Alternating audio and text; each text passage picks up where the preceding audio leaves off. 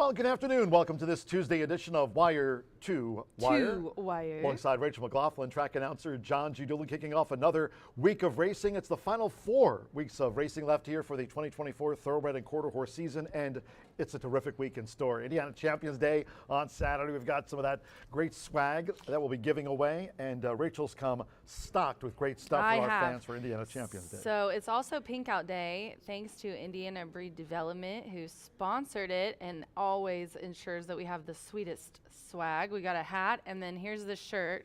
You want to zoom out a little bit? It's great stuff this year. Yep. Look at that. And there's, if you get a package down here in the clubhouse, you will get the windbreaker. And there's also a like Stanley Cup holder that's really, really nice. I already took home to Ray because she's obsessed with it. So thank you so much to Breed Development for sponsoring our events. And we're going to be giving away the t-shirts and the hats, I think, this weekend. So, and if you would like to win this stuff, well, the mug's mine. You can't have it. But if you want to win the hat and the shirt. Items are going fast, Bill. Yeah. If you want to win the hat and the shirt, it is pinned to the top of my Twitter account.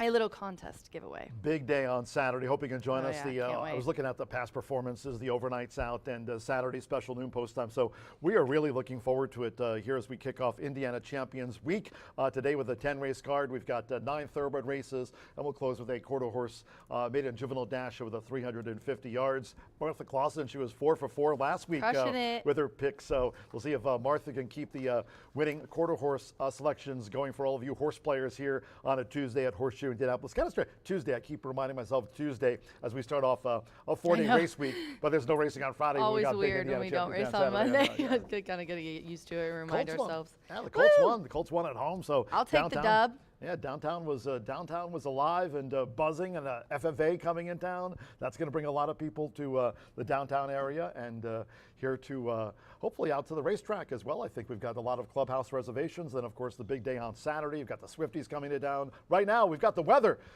Speaking of downtown, let's check in with Todd Clausen from WRTV6. Downtown Todd, TK. From Indy's streaming news leader, this is a WRTV update. All right, back to racing here this week. John and Rachel, it's in a beautiful stretch of weather that's going to take us all the way really into Champions Day as we work our way towards the end of the week. Today, the only little flaw is going to be some wind. Could gust up to about 25 miles per hour, but otherwise plenty of sunshine and temperatures today that'll be up to right around 80 degrees. Tomorrow, we're still in the 70s, a little bit cooler on a Thursday, and then there's that weekend forecast. A front goes through on Friday. There could be some showers Friday, but all the rain should again be out of the area for the Champions Day races with temperatures that'll be in the lower 60s. All right, cheers, Todd Clausen, WRTV.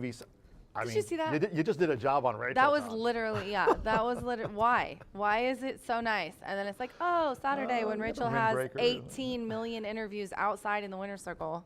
Ooh, we need to remind them to have my paddock stage ready to go. Is that 18 million? That's a lot. So I can be under the awning for some of those. But yeah, everybody cross your fingers. But still, I'll take it at the end of October, honestly. I'll take it. Rachel's got 18 million interviews, and we've got 16 race cards. 16 race cards left to crown the champions here. Again, the big day coming up on Saturday. Don't forget, special noon post time here on Saturday, so make sure you get here early, whether it's with your clubhouse reservation, 317-421-8801. By the way, contact Beth for those reservations. And of course, as with FFA coming in town, we've got a lot of people planning to join us here. So, and it's going to be a terrific day of racing. So hope you can join us starting at noon on Saturday. But going back to our last racing card here on Thursday, it's tied at the top, as I mentioned. Today, after today, 15 race cards left over a 4-week stretch here before November 11th to the 14th. That's closing week. We're heading into Indiana Champions Weekend. Wow, I mean, Fernando de la Cruz, he had one winner here last week. He's one in front of Alberto Burgos, but Evan Roman has just been on an absolute roll to get to 61 wins, 5 for his last 12 here at Horseshoe Indianapolis. Rode a winner on Friday at Keeneland too. So Evan winning all over the Midwest, and I mean, the way he's riding, he's got a shot. Yeah, I'm telling you guys, especially like winning at Keeneland over the weekend, I bet Evan's going to have a really good week. So be sure to mark that down in your programs. And he's only 6 away from Alberto, and they are 1 away. This is like, I feel like we spoke this into existence because he laughs at me every time. We spoke it into, well, last year, was it like that last year right too? down to the end, the year before that, that, I think Ramos only beat Marcelino by one.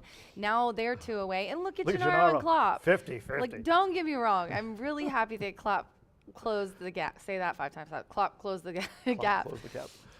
But man, 50 to 50. Jeez so yeah, Louise. and after this weekend, we've got 3 4-day race weeks. That's just a little bit of racing. So it is going to come down to the wire. It has been such a competitive and wonderful year, standings wise. So.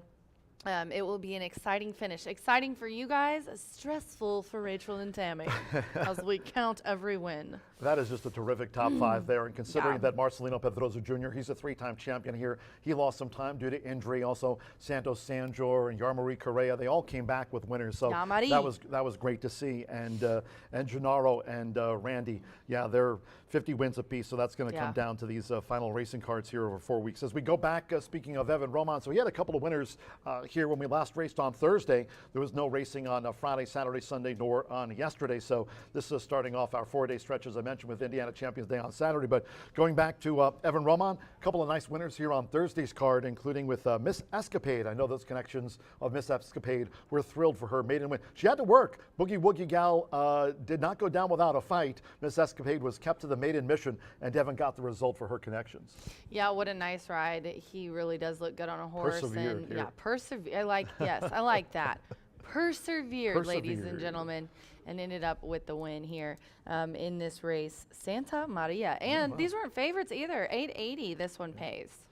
Then again, Evan Roman a few races later here. Again, this is going back to Thursday's card. This was a battle. I mean, Deshaun Parker. Your sunset. Sig 45, the horse on the outside was 1940. You had Sig 45, 1945, about Tree Fitty.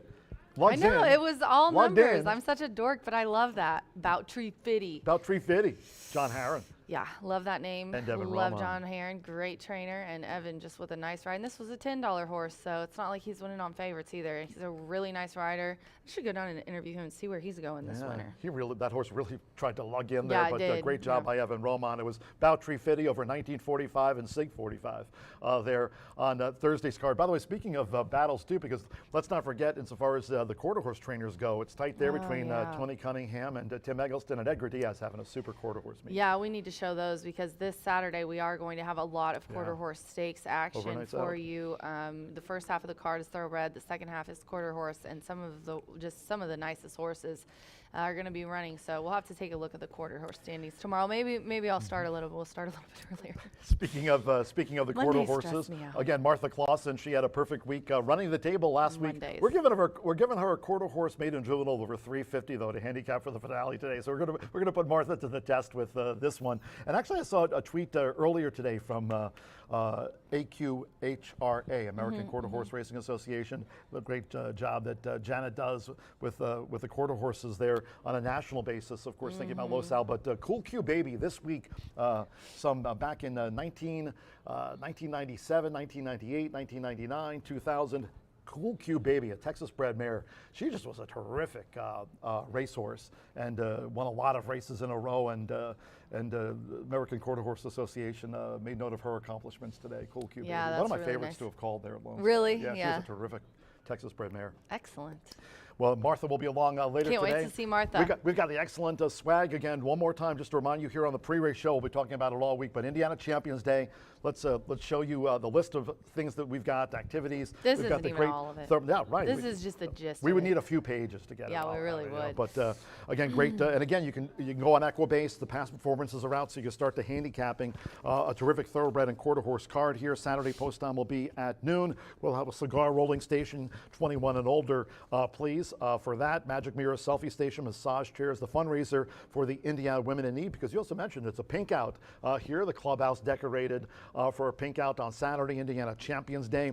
$2,500 Champions Day Thoroughbred Handicapping Contest. That's sponsored by the Indiana HPPA, so cheers to them. $1,000 Champions Day Quarter Horse Handicapping Contest. Two $3,000 Champions Day Mega Bets. One for the Thoroughbred, one for the Quarter Horses. Reservations, and again, this joint's going to be jumping on a Saturday. Reservations up here in the the clubhouse, $75 when you consider the food, the great racing action, all the activities. Swag. Yep, swag. You can contact Beth at 317-421-8801 for reservations. And again, with FFA coming to town, it's just a terrific time to be here in the Hoosier State, and we're certainly looking forward to 5th Annual Indiana Champions Day, special noon post time on Saturdays.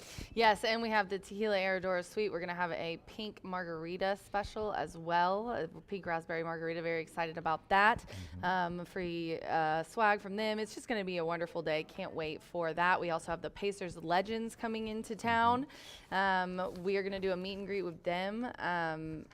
We will have them in a meet and greet under the awning, just like last year. If you were here, Don Buse, Steve Green, Darnell Hillman, Derek McKee, Bob Nedalicki, and Dave Robish, Tom Thacker. They're all going to be here to meet you. Last year, I think I gave them I don't think they really took me very seriously, and then I gave them a $20 exacta. And one of them bet it right before the interview. And then after the interview, they're like, Rachel, go get your tip sheet and some more programs. And then I got busy doing an interview after one of the stakes races, and I was going in to get it, and they were all sitting at their table, and they were like, Rachel, tip sheet right now. So those guys, they like betting. They like the horses. It was a really good time. They're super nice guys. They're going to stay and hang out with everybody. So very excited to see all of them again this year. I think Pacers JJ Jeremiah Johnson, he's excited about the season on the heels of Indiana Fever, of course, all that Caitlin Clark and all the energy that she brought to the Cambridge Fieldhouse for doesn't love those Caitlin? WNBA games. So Tony Granitz is a huge Caitlin Clark fan, and all year he's been like, Rachel, how much do you think it would cost for us to get Caitlin Clark here? I'm like, you just want to meet Caitlin Clark. You're not worried about a meet and greet for anybody else. And he was like, I'm texting Eric about that too. Eve, his daughter, was like, Rachel, you're exactly right. In the near future, don't forget Veterans Day. We'll salute all of our veterans here with a special day of racing. This is on closing week, November 11th through the 14th. Don't forget, program will begin just like today at 2:10. So the only post time deviation is this Saturday with the noon Eastern post time for the big 5th Annual Indiana Champions Day. The rest of the final cards here over the final 4 weeks of the meet, and this Veterans Day card will kick off the Monday of closing week. $2,500 Veterans Day Legends Contest. Top prize $2,500 there for that contest. 2 seats available to the NHC Finals in Vegas. How cool is that? So not only you're talking about come to Vegas with me, baby. Yeah, $2,500 up for grabs. You get the 2 seats available again for those playing with us here on Monday, November 11th for the 2025 NHC Finals. And apparently you got a seat next to Rachel, so that's not on my sheet here. But oh yeah, I walk around all day, get to talk to everybody, get to see all the people that qualified at our property. It's really fun. And the winner last year was Mike from here in Noblesville. There you go. And don't forget, every race, and this is a special day, every race on Monday, November 11th for Veterans Day, it'll be named in honor of a veteran, and all veterans will be featured with the Salute the Veterans race with a blanket presentation to the winners. So not only for the horse players, but we certainly honor our veterans with a special day of racing for them on Monday, November 11th. Today we've got 10 on tap, main track fast. We had Todd Clausen join the pre-race show with the forecast, and again, apparently, I think it's going to be a headwind today. He mentioned something gusting up to 25 miles per hour. I didn't realize that so until Bill told me, and it's going into the stretch too, guys. Cheers to our great sponsors in 2024, talking about Brown Forman Tequila Aradora Corbel, breed development. Also, Winner Circle sponsor this season, that's Murphy Trailer Sales. You can reach out to them at the number you see on your screen. Terrific customer service and loyalty since 1984. Also, our tote board and starting gate sponsor, B&H Electric. They've got locations throughout the Hoosier State and on the web at www.bh-electric.com. Social media-wise, we've got you covered. I reposted those Horse Racing Nation jockey standings. It's close. Fernando de la Cruz, one up on Alberto Burgos. Evan Roman and Fuego, including winners here and a winner on Friday at Keeneland. Can he catch Fernando and Alberto? That's the big question. You got Manny Escobar finishing the meet strong. You got Marcelino Pedroza Jr. right there. Martha Clausen. I root for everyone. 4 for 4 last week. Martha, wow. Martha's on fire coming into Champions Week. Racing Rachel, she's got swag. She's got the jumper on for Indiana Champions Day. And Brian Aragoni at Mr. B Analyst. Brian, by the way, will be filling in for me for a couple of weeks here. So appreciate Brian. Wish him safe travels and maybe a pick 5 ticket to help pay for expenses getting here. Yeah. Track-wise, we've got you covered too on X at HS Indy Racing, on Instagram, and subscribe to our YouTube channel at Horseshoe Indianapolis Racing. Any final thoughts, parting words? Peace out. We're done. Have fun. Bye for now.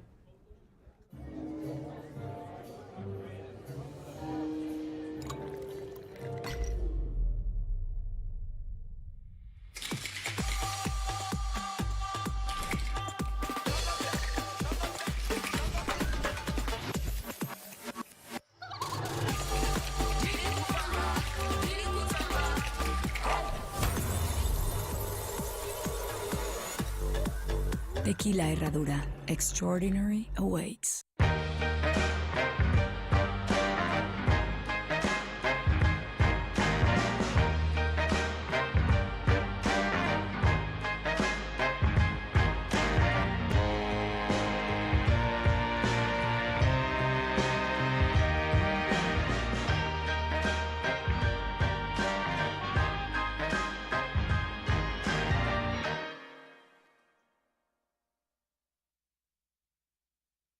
It's back and bigger than ever. The world's biggest spa sale. 1,500 spas, 5 manufacturers, 12 locations. It's time for a new spa. Up to 30% off all spas and swim spas. Over 50 models to choose from and hundreds of spas in stock. World's biggest spa sale going on now at Family Leisure.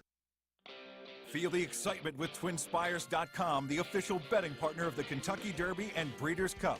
With TwinSpires.com, place legal wagers and watch live horse racing wherever you are on any device. Sign up, play, and win today. New players use promo code FREE100 on sign up to start your $100 bonus. With TwinSpires.com, you can bet on horse racing. Get the TwinSpires.com app to receive special offers and the most up-to-date information.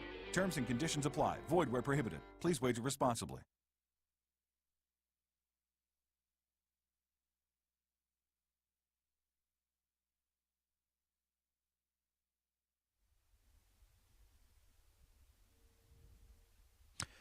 Welcome back here to the second half of A Wire to Wire here at Horseshoe Indianapolis, where we are now just 16 minutes away from kicking off the first racing day of the week, a special week here at Horseshoe Indianapolis. You heard John and Rachel talk about it.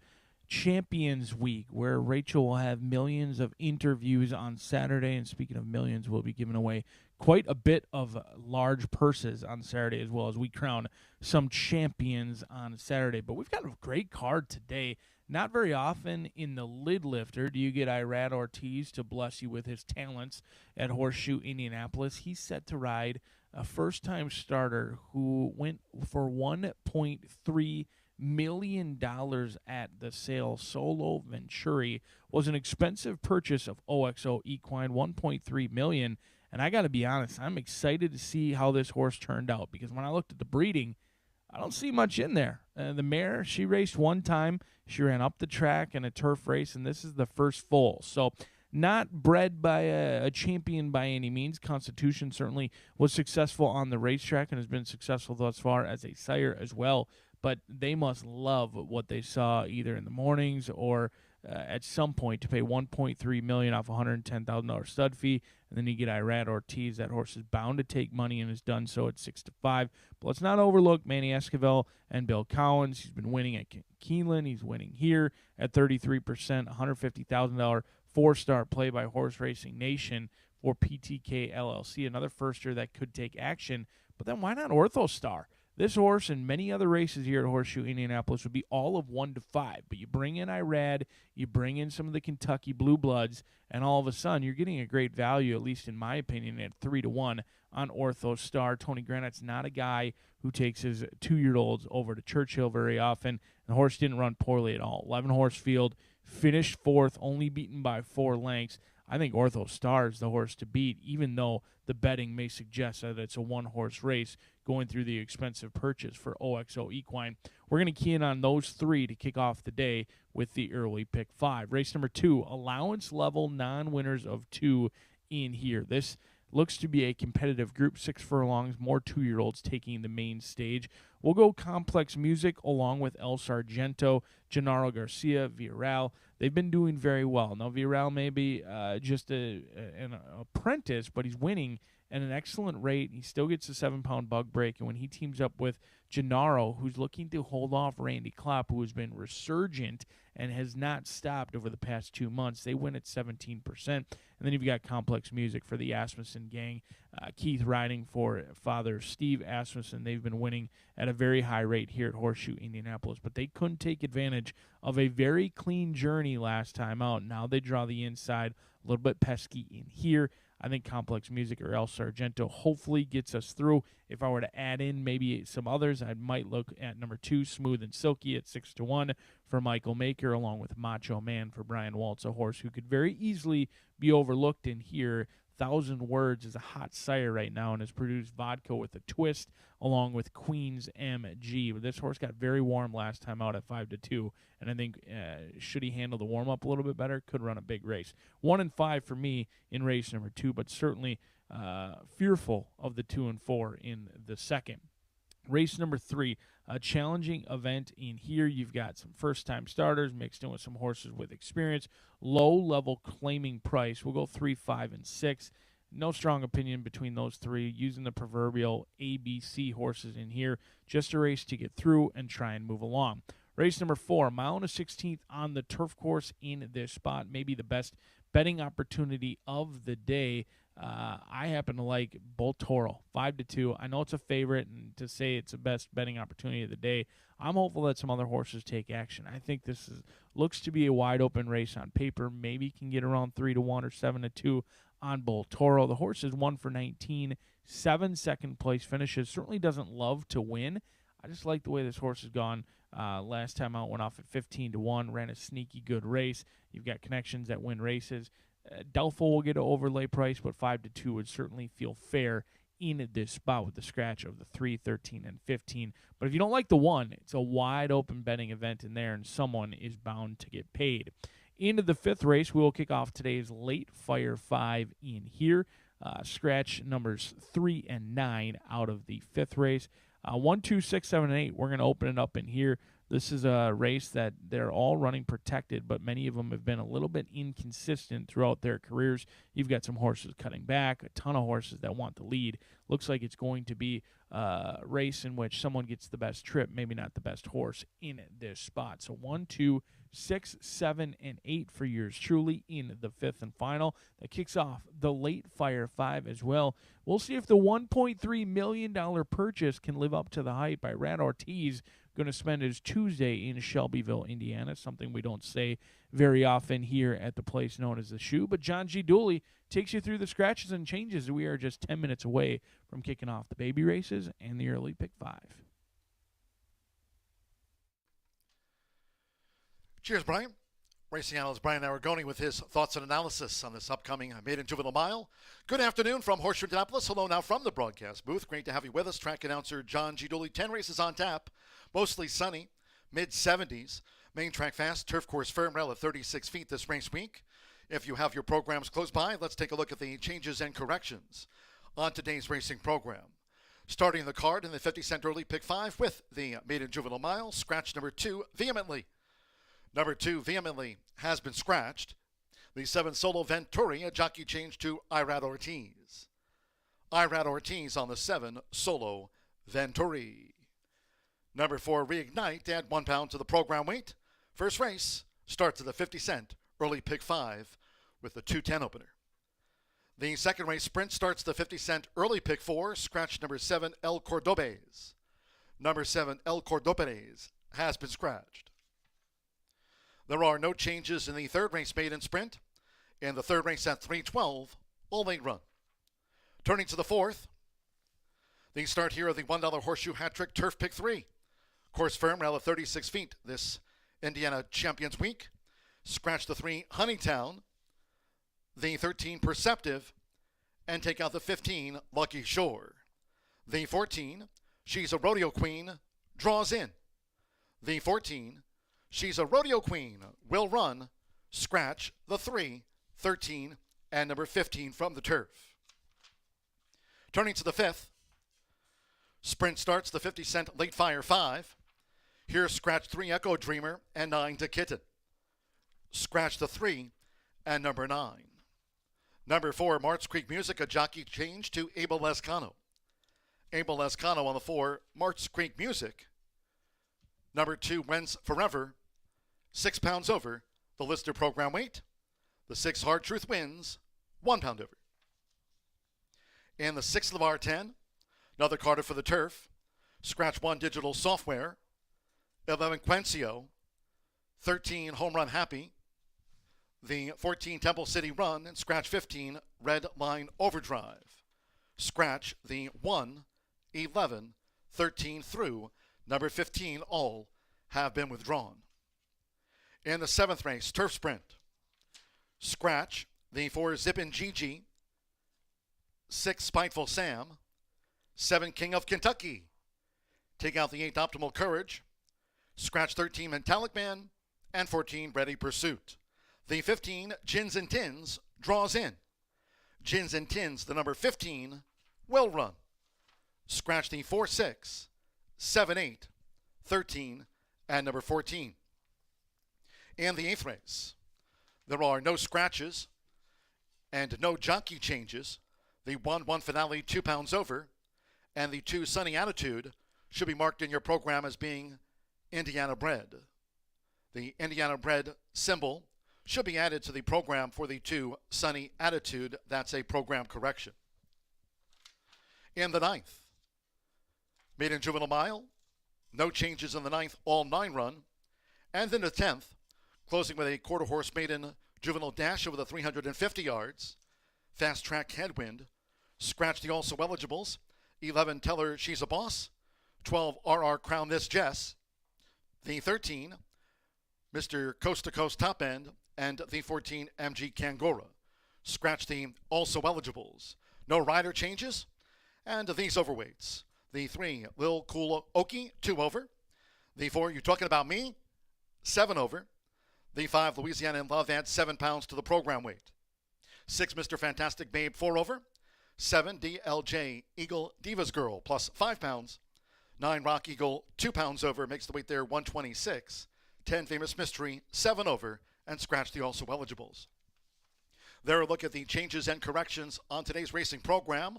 We're under sunny skies, mid-70s, starting Indiana Champions Week with a fast main track and the turf course rated firm. Turf rail on Tuesday set at 36 feet. We'll have the Maiden Juvenile Mile to start off the 50-cent early pick 5, horses in the walking ring, and we're standing by for paddock judge Brandy Bell's call for Riders Up. 5 minutes to post time. Make it a great day with us here at Horseshoe Indianapolis.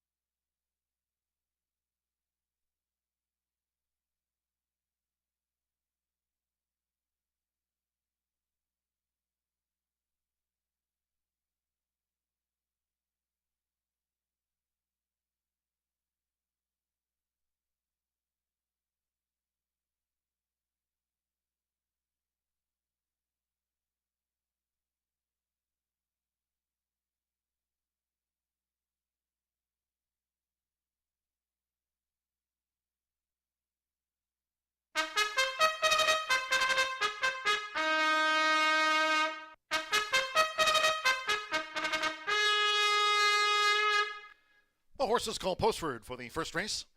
Top of the card with a maiden juvenile mile. A field of 7. Scratch the 2 vehemently. Number 2 vehemently has been scratched. The 7 Solo Venturi debuts with Irad Ortiz. Irad Ortiz on the 7 Solo Venturi. 4 Reignite, add 1 pound to the program weight. Race 1 with Exacta, Trifecta, Superfecta. Start of our rolling doubles pick 3s, and the 50-cent early pick 5 starts with a maiden juvenile mile. Sunny, Fast and Firm. For our turf races, rail set at 36 feet this Indiana Champions Week. Fast and Firm. On parade with 2 minutes to post time. 2 minutes.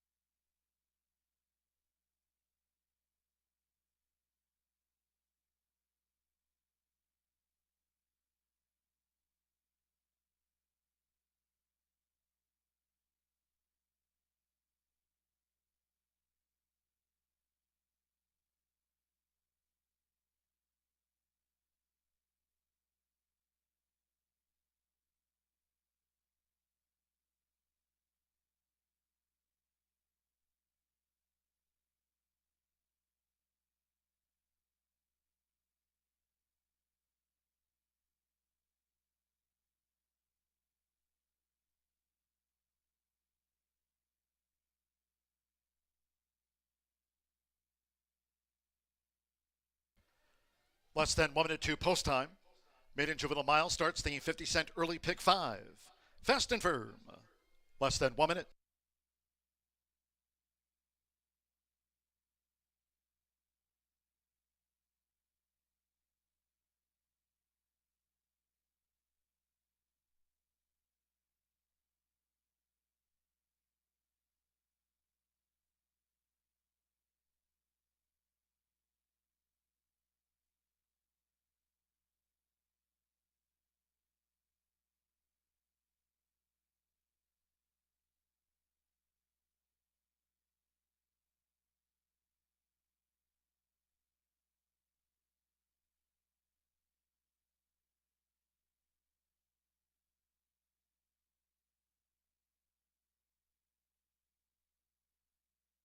The horses are approaching the starting gate.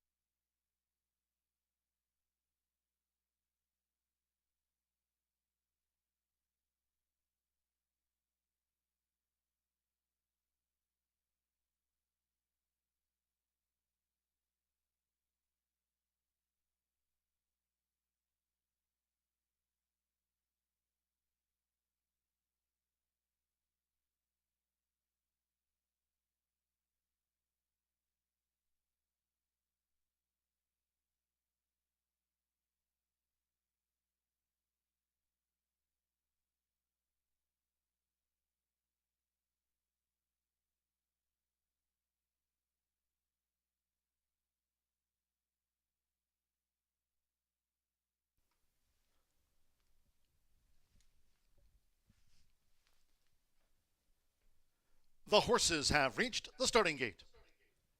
It is now post time.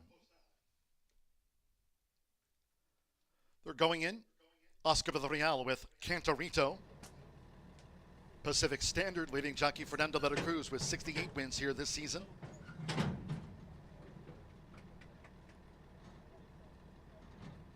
Samuel Bermudez with Ortho Star.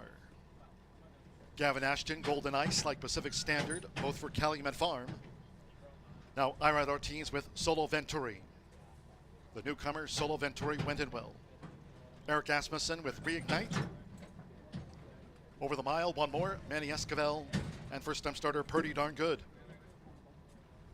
4 to 5 Solo Venturi. 13 to 1 Purdy Darn Good. Main track fast on this warm and windy October day. They're in the gate. Going and running at Horseshoe Indianapolis, where the first-time starter Solo Venturi was last away. Cantorito broke sharp. Reignite is right there with an early bid as they enter the first turn. Pacific Standard, Golden Ice is posted wide. Ortho Star with the rail with just inside 7 furlongs to run. Now, Ira Ortiz and Solo Venturi in a tight spot. So after breaking last from the gate, Solo Venturi in tight quarters running in 5th. As they go to the back, then on the outside is Golden Ice. The first-time starter, Purdy Darn Good, trails the mile here in the Tuesday opener. The first two of 8 furlongs in 25.05 seconds, making this backstretch run, it's Cantorito. So with the rail for Oscar Villarreal.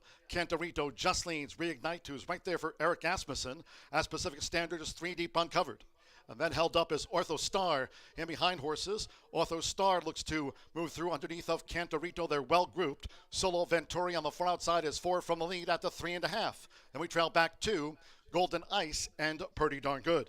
Half mile in 49.22 seconds. They round the far turn. So now Pacific Standard has made a bid for Fernando de la Cruz. Pacific Standard leading them toward the quarter pole as Solo Venturi comes up. Ortho Star is also moving in between horses. Reignite toward the rail, and the rest are detached as these maiden 2-year-olds turn for home. And here's Solo Venturi. Solo Venturi has taken the top from Pacific Standard, who tries to respond to the newcomer, Solo Venturi. Kept in the task here by Irad Ortiz. Toward the inside, Pacific Standard is second past the 16th. Ortho Star will be third best to the son of Constitution, Solo Venturi, with a first out victory by 3. Pacific Standard was second. Ortho Star third. Golden Ice back and forth.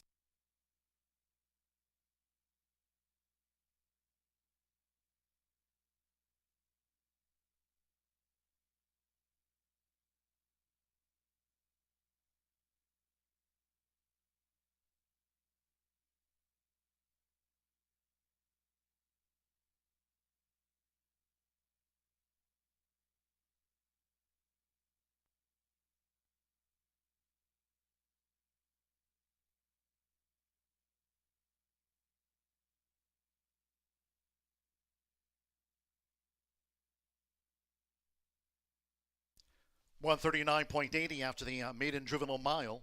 139.80. 7536. The judges have posted the full unofficial run order to race 1 to 7. Solo Venturi and even money first. 5 Pacific Standard.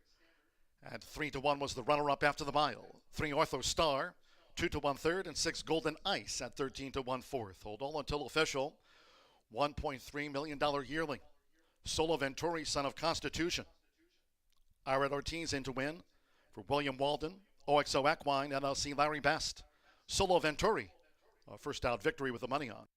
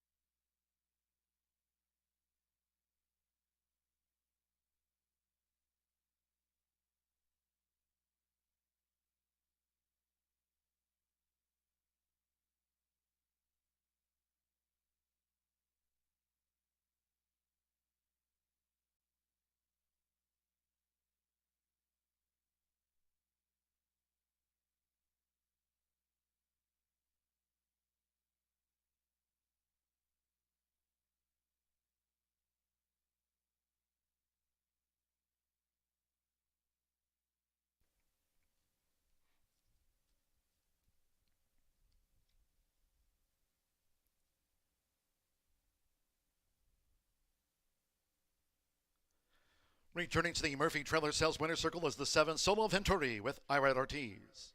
Solo Venturi is a 2-year-old bay colt by Constitution, out of Solo Uno by Medallo d'Oro. Bred in Kentucky by Kindred Stables Incorporated. William Walden trains this newcomer for Larry Best's OXO Equine LLC. A first down victory for Solo Venturi. It's official.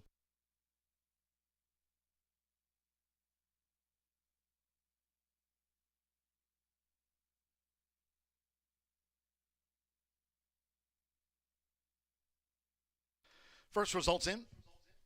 7.5 exacta after the mile, paid $11.60. 50-cent trifecta, 7.53, $5.50.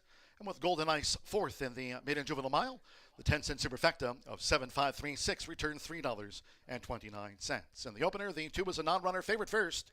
7 ran. Fast track 139.80. Race 2 is 22 minutes away. In the sprint, scratch the 7 El Cordobes. 7 El Cordobes has been scratched. From the juvenile sprint, exacta trifecta superfecta, double pick 3, and starts at the 50-cent early pick 4, fast and firm. Post time for the second race will be at 2:43 in all cases. Please do try to make your selections and Horseshoe Indianapolis wagers early. Thank you. Coming up in a moment or two, our first replay of the day of the maiden juvenile mile. Hope you had a bet on Solo Venturi.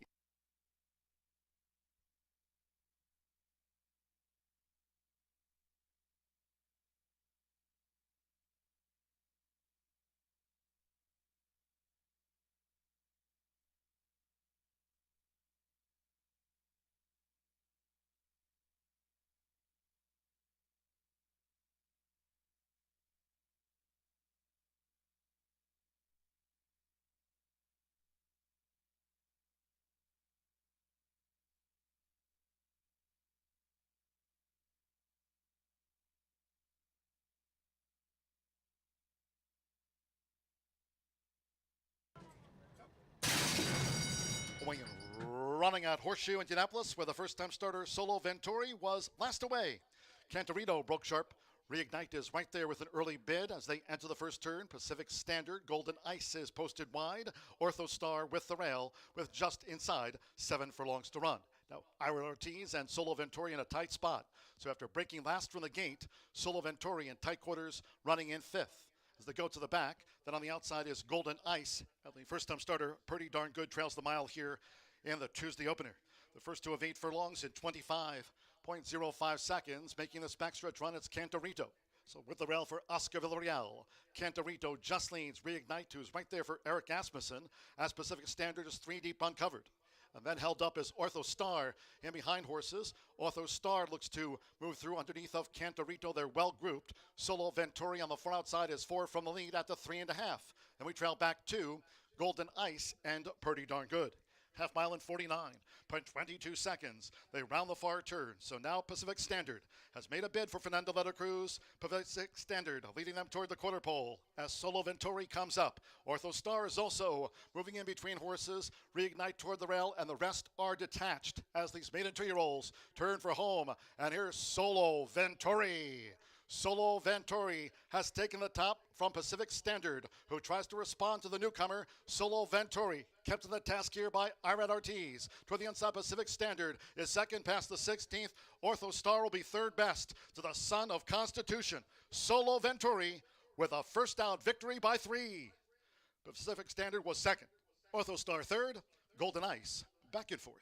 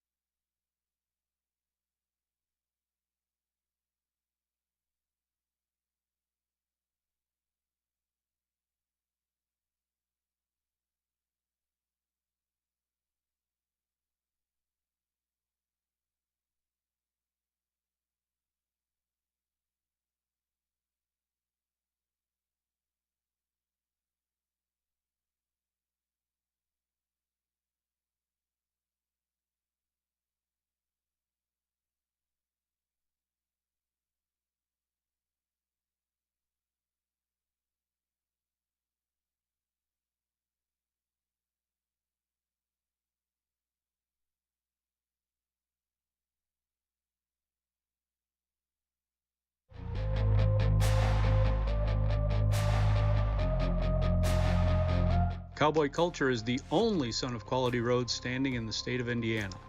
He's out of a Smart Strike mare, went undefeated as a 2-year-old, won multiple stakes at age 3, was stakes placed at age 5, and retired sound after a 28-race career. He checks all the boxes for what a mare owner would be looking for.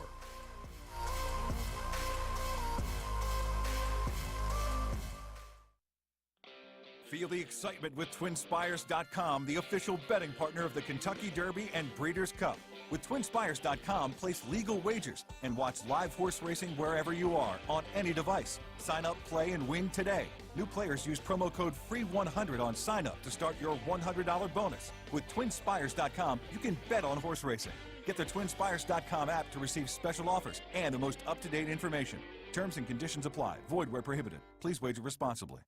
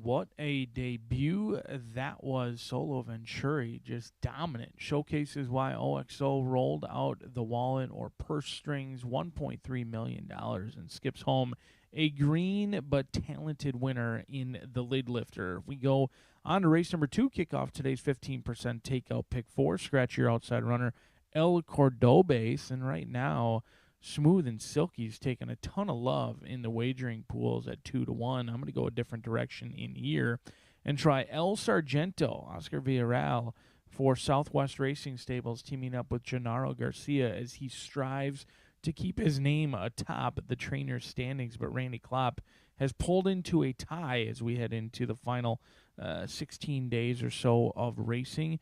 El Sargento ran a good second last time out, did beat home Complex Music, and I thought this horse ran admirably last time out. Sean was heavily backed, was the chalk throughout, and El Sargento did his best to cling to him despite going off at odds of 21-1. Before that was an easy 10-length winner bet all the way down to 3-5. Not sure what he beat that day at the maiden claiming ranks, but he certainly wasn't dismissed by many at the allowance level, taking on a much tougher group. And he went sub-22 with a heavily backed favorite that day and proved that he could be the real deal in here. And right now, I think he's providing value on the board. I know the morning line was 7-2. He's right at 7-2, but this looks like a win wager if all things stay the same. But a horse who's a little bit chilly on the board is actually down on the inside. It's Complex Music. For Steve Asmussen with rider and son Keith Asmussen, Mike McCarty in the ownership tally for donning the McCarty Silks, the 2-year-old colt by Complexity. In here, this horse had a very clean journey last time out. Actually exits the same race as El Sargento, but went off at 8-1 versus 21-1. Has some stakes experience over at Prairie Meadows and Kentucky Downs. Didn't run all that well, but certainly faced some tough foes in White Sands and under whose radar over at Kentucky Downs. Came back to Horseshoe Indianapolis and, frankly, watched a good one. Sean and El Sargento put on a nice, talented display, and Complex Music just sat behind him and watched throughout. Just could not go out with those other two or make any impression. We'll see if that changes today. They do draw the rail, and my guess would be after watching last time out, they're going to be a little more assertive out of the gate and try and force some others to watch them. Down on the inside, Complex Music on the board at 5-2. But the 4 is Macho Man, Rodney Prescott and Brian Waltz. This was a first-out winner here on August 7th, in which they won at a big price, 18-1 on debut in a full field of 10. They took on winners last time out on September 11th, and I think it looks much better today. My notes indicate that this horse got a little bit warm on September 11th, was in against winners for the first time. Your second-place finisher, Sean, did come back to win, and Macho Man really could be any sort in here. This is a 2-year-old son of 1,000 Words. Now, 1,000 Words may not be a household name for many of you, but has been hot as a sire thus far early on in the breeding career, producing the likes of Vodka with a Twist and Queen's MG. So I think Macho Man could be a really nice horse in here, and if you're willing to draw a line through his last race where I don't think he was at his best, he was kind of warm and washed out, and ultimately he didn't run poorly by any means. He sat behind a hot pace and stayed evenly in the lane. I think he has every right to continue to improve. He's been given 6 weeks off versus 4 weeks, and that could make a big difference in here for Brian Waltz, who's winning at 25%. As the riders getting the leg up, a talented group of 2-year-olds all looking for their second career victory. We'll find out who it is 6 minutes from now.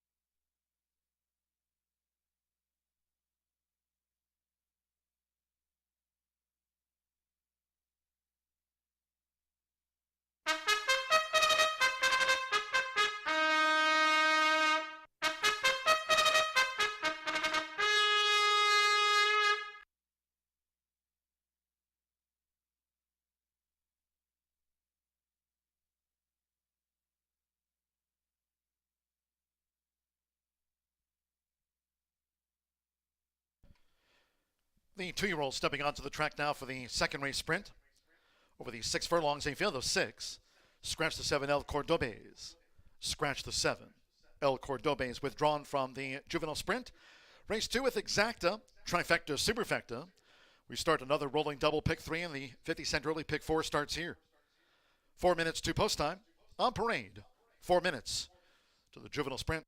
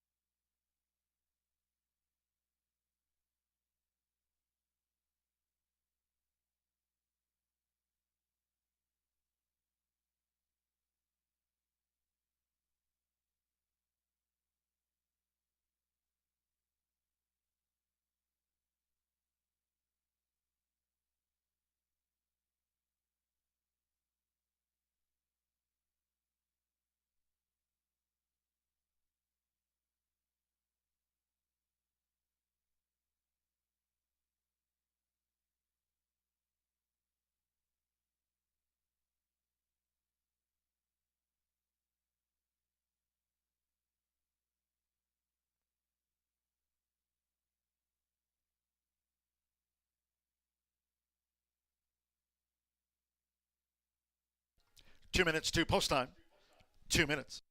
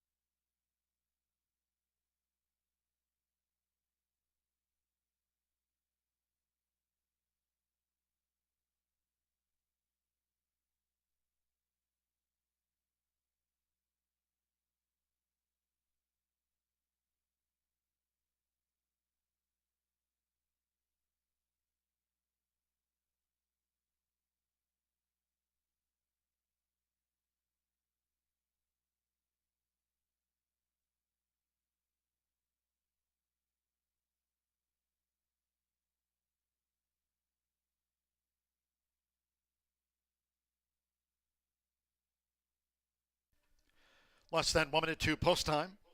Juvenile sprint starts the 50-cent early. Pick 4, Fast and Firm. Less than 1 minute.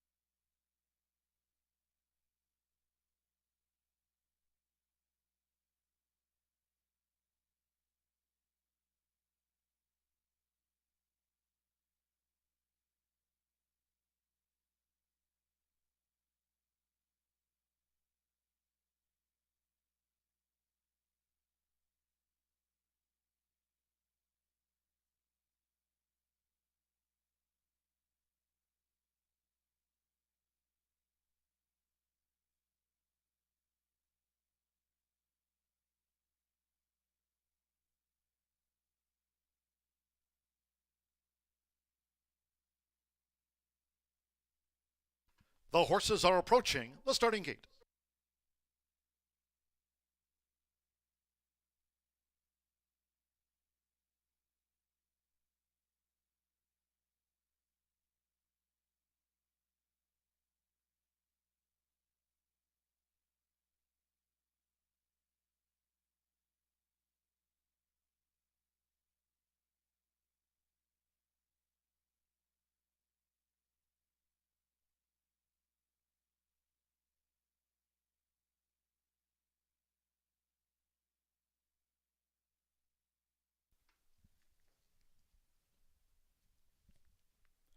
The horses have reached the starting gate.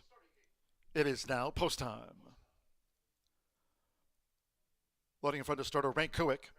Keith Asmussen with Complex Music. Now Ramon Vasquez with Smooth and Silky, a last out winner here. Smooth and Silky has joined Complex Music. Aguilera's with Charbonnet, the next juvenile. Rodney Prescott, Macho Man, as the black house silks on. Couple in the back. Oscar Villarreal with El Sargento drew 5. That's 6 furlongs. One more. Rolando Aragon with Mighty Mo.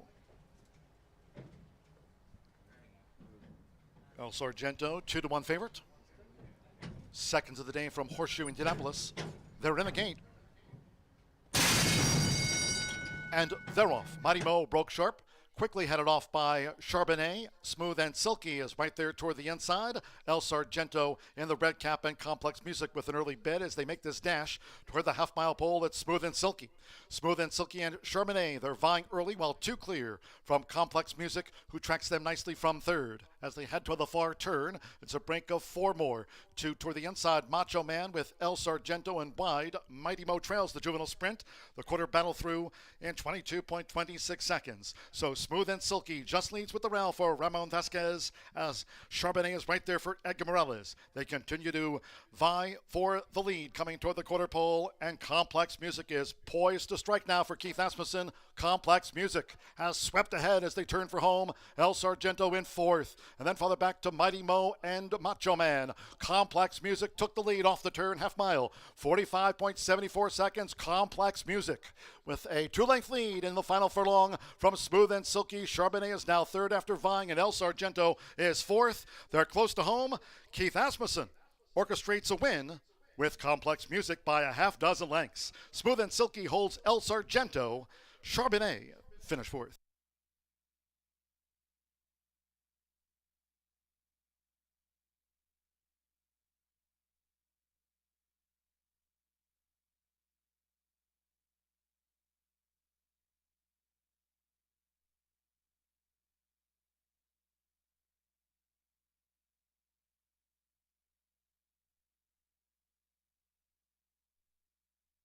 .111.25 after the juvenile sprint. 111.25. 1-2-5-3, the unofficial run order after race 2, number 1. Complex Music, 3-1 first. 2, Smooth and Silky at 5-1 was second. Number 5, El Sargento at 3-2. The sprint favorite was 3rd, and 3, Charbonnet at 3-1 fourth. Hold on until official. Keith Asmussen on the son of Complexity. Complex Music for Steve Asmussen and Mike McCarty at 3-1.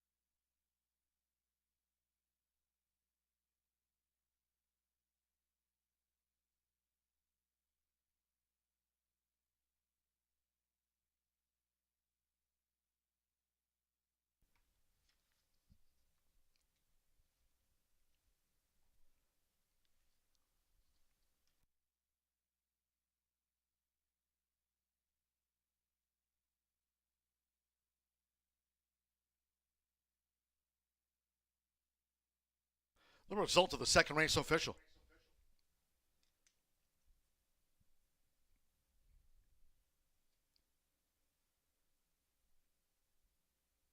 Returning to the Murphy Trailer Sales Winner Circle, the 1, Complex Music with Keith Asmussen. Complex Music is a 2-year-old being called by Complexity out of the Malibu Moon Mare, Auspiciously. Bred in Kentucky by Haymarket Farm LLC. Steve Asmussen trains for Mike McCarty. Horseshoe Indianapolis congratulates the winning connections of Complex Music. Paid 3-1 in the juvenile sprint. Results in 1-2 exacta, returned $48 even. 50-cent trifecta, 125, $31.45. 7-1 the opening double, combining Solo Venturi with Complex Music, $12.20, and with Charbonnet fourth, the 10-cent superfecta, 1-2-5-3, paid $24 and change.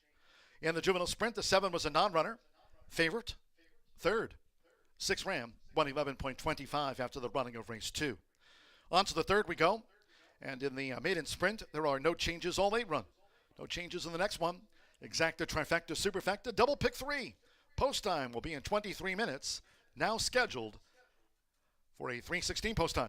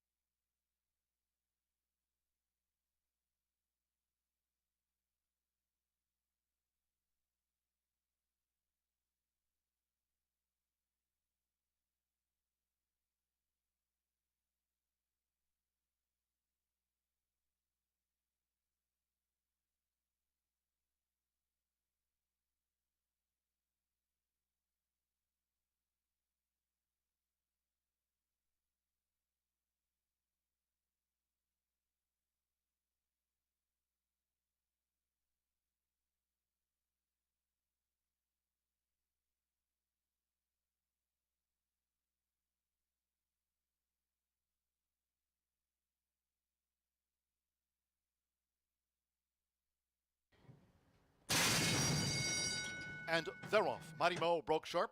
Quickly headed off by Charbonnet. Smooth and Silky is right there toward the inside. El Sargento in the red cap and Complex Music with an early bid as they make this dash toward the half-mile pole. It's Smooth and Silky. Smooth and Silky and Charbonnet, they're vying early while 2 clear from Complex Music, who tracks them nicely from third. As they head toward the far turn, it's a break of 4 more. Toward the inside, Macho Man with El Sargento and wide. Mighty Mo trails the juvenile sprint.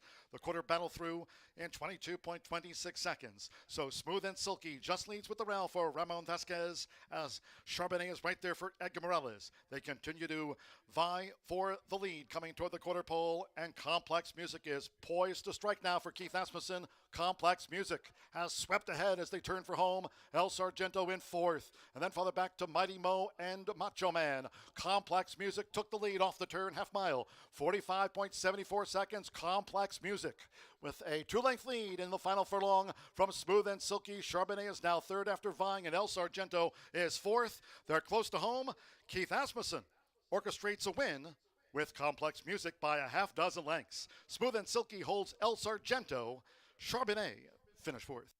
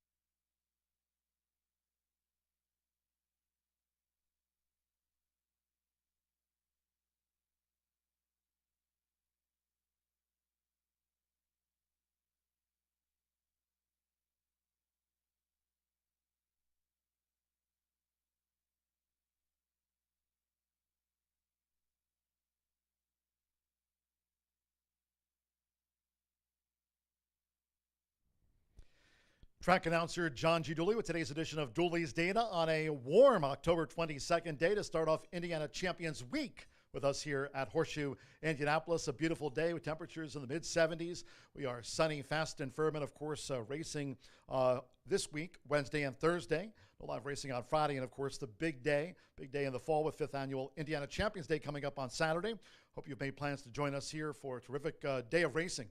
Kicking off at noon on Saturday with 5th Annual Indiana Champions Day. We kick off Indiana Champions Week, a couple of very nice winners. How about a $1.3 million yearling to start off the card? Solo Venturia debut winner under jockey Irad Ortiz for Will Walden and Larry Best's OXO Equine. And that last race, the second race, the Juvenile Sprint. It was Complex Music notching his second career win for that son of Complexity. And Complex Music under jockey Keith Asmussen for his Hall of Fame father, Steve Asmussen, training for Mike McCarty. A couple of winners here today on a beautiful one to kick off Indiana Champions Week. Today's edition of Dooley's Data, we're going to be talking about some of the Indiana Champions Day races, some of those premier races and past winners for today's, and actually this week's edition of Dooley's Data. Let's take a look, and we're starting off by talking about the Lady Foghorn. The Lady Foghorn will be run here on Saturday's Indiana Champions Day.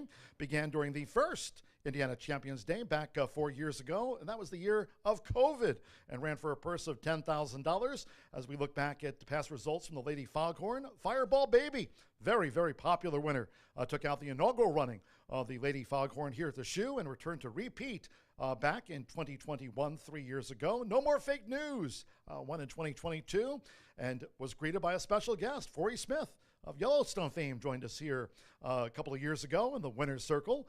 Forey and owner-trainer Gary Patrick donned their cowboy hats for a special photo. No More Fake News, winner of the 2022 Lady Foghorn, with, of course, Forey Smith joining us here at the races. And last year's winner was It's Rever, giving jockey Marcelino Pedrosa Jr., three-time riding champion here. Marcelino picking up yet another Lady Foghorn title, taking out last year's edition with It's Forever. Really looking forward to the big day here on Saturday, and a great card here the rest of the way. Don't forget, coming up, we've got the $1 Horseshoe Hat Trick Turf Pick 3.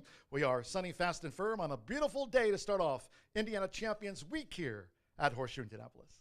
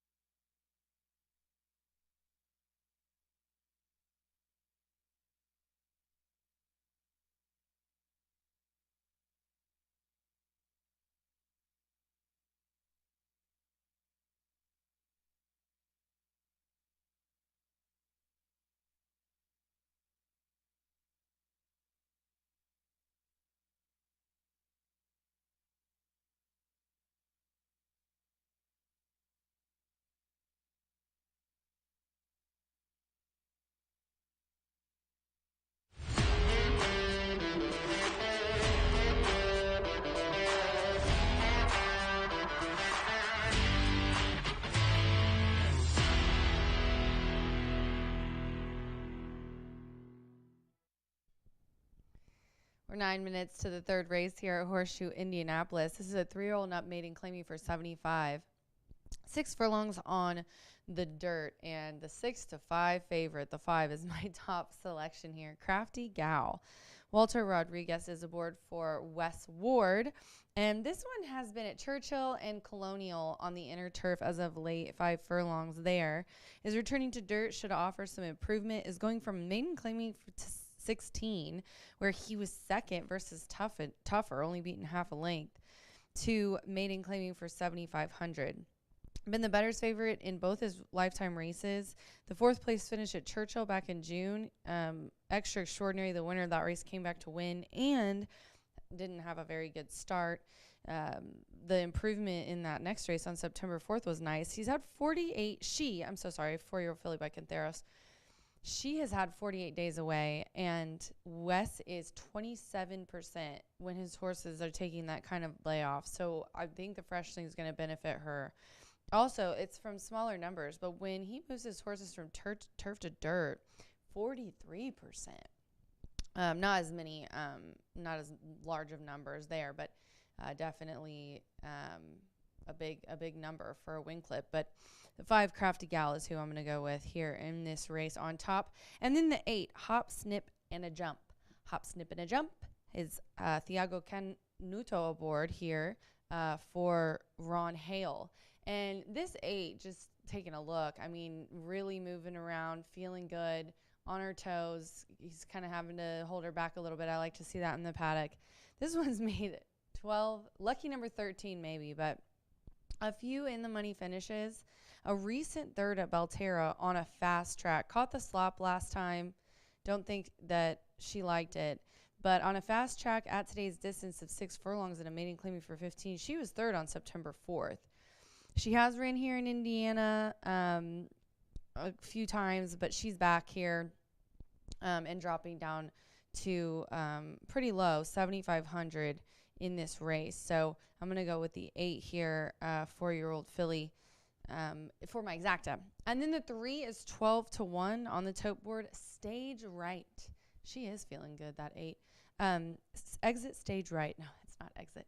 It's just Stage Right. Oscar Villarreal is aboard for Devaris Douglas, and I can't say enough about this jockey and this trainer. Oscar Villarreal, really, really talented bug rider. And then Devaris, just a really good horseman and good percentages for him as well. Out of the horses that he has, 18% win clip and 41% the money. This horse has never finished in the money, but is returning. He's caught some bad luck, been routing, caught the slop like 3 times. Turf, I don't think liked. So now we're going to sprint and we're going to dirt. Let's go back and see how this one does. He's only ran on slop or turf, really. So let's see if getting him, a fast track and some good weather today will make the difference. 5-8-3 for me here in the third race. We're just 6 minutes to post. Good luck.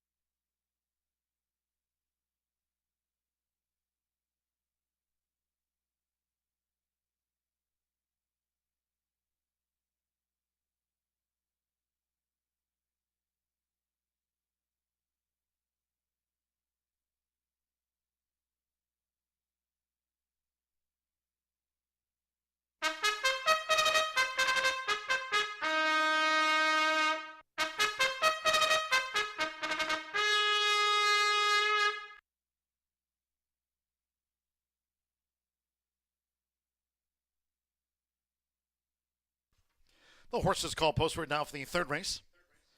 This maiden sprint at 6 furlongs, a field of 8.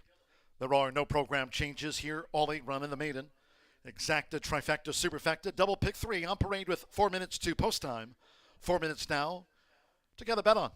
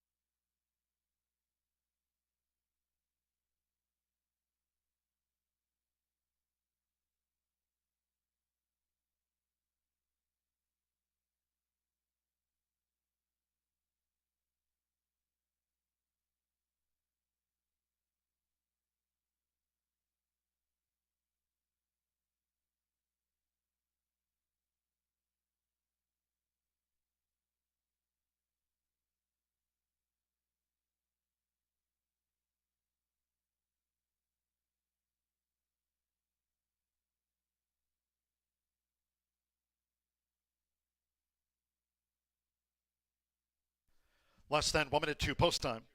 Less than 1 minute.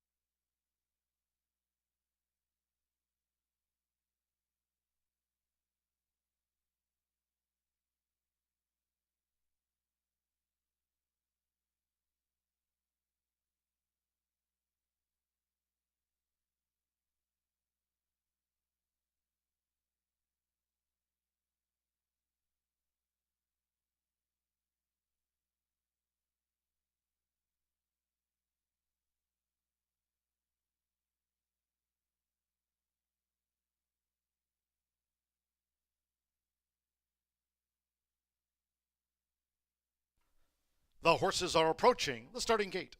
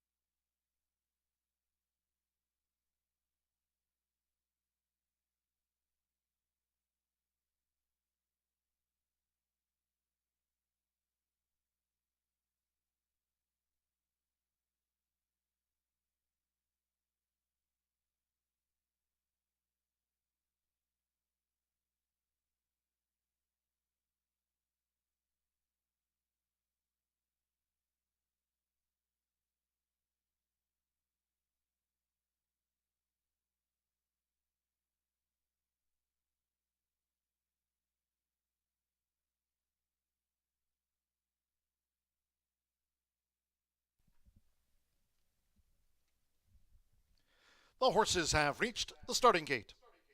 It is now post time. Loading Angel Serpa and the first time starter, Maria's Music. Now Walter Rodriguez, Crafty Gal to post 5. Even money on Crafty Gal. Rogelio Miranda with La Cuerva. Now Teardrop Tierra. Keith Asmussen riding for a double. Solo Venturi and Complex Music are first two winners. Now Fernando de la Cruz with Pink Robe. Oscar Villarreal stage right. Couple in the back. Orlando Mexica, Came Up Roses. Here at the black house silks on Came Up Roses. At 6 furlongs, so stand by. One more, Tiago Canudo and 12 times started, Hop, Snip, and a Jump. 4 to 5 favorite, Crafty Gal. All in. And they're off. Pink Robe, Crafty Gal, Teardrop Tiara with the white cap and Came Up Roses is also near its Crafty Gal. So with Walter Rodriguez, Crafty Gal leads a pressing Teardrop Tiara with Came Up Roses in the black silks. Pink Robe in her 19th run, joined out wide by Hop, Snip, and a Jump, with Pink Robe now in 5th, going past the half-mile pole. Then stage right toward the inside. The first-time starter, Maria's Music, is running second to last in the one well back, La Cuerva trails. The opening quarter, 22.15 seconds as they round the far turn. Crafty Gal, Keith Asmussen has Teardrop Tiara right there alongside. Inside 3 furlongs from home. It's Teardrop Tiara narrowly from Crafty Gal, who tries to kick on past the quarter pole, while 5 clear from Hop, Snip, and a Jump, who straightens away in third. Stage right, Came Up Roses, Pink Robe, Maria's Music, and La Cuerva is the distant. They're homeward bound, half mile, 45.54 seconds. Teardrop Tiara gets those left-handers from Keith. And now a switch of the crop. Teardrop Tiara with Crafty Gal battling her all the way past the 16th. The others are well back. They come past the 16th. Teardrop Tiara is on top, close to home from Crafty Gal. Teardrop Tiara gets the result. Teardrop Tiara driven out by Keith Asmussen over Crafty Gal. Double digits away. Came Up Roses third. Stage right, back and forth.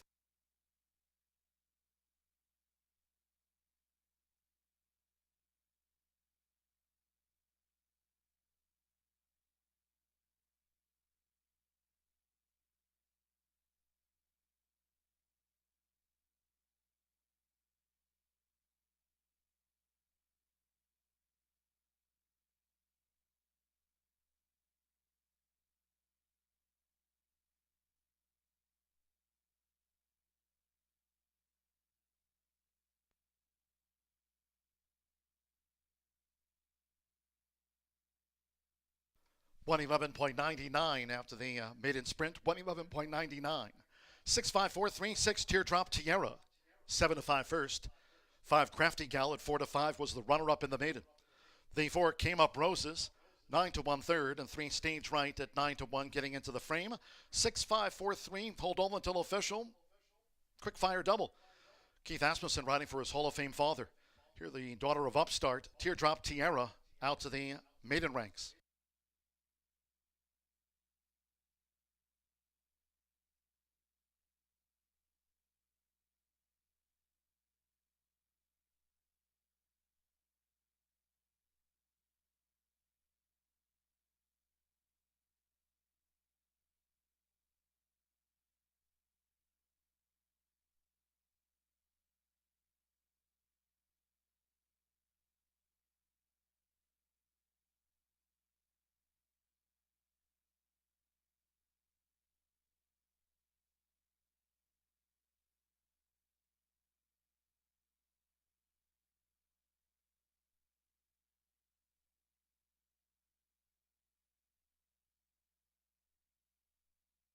Results of the third race is official.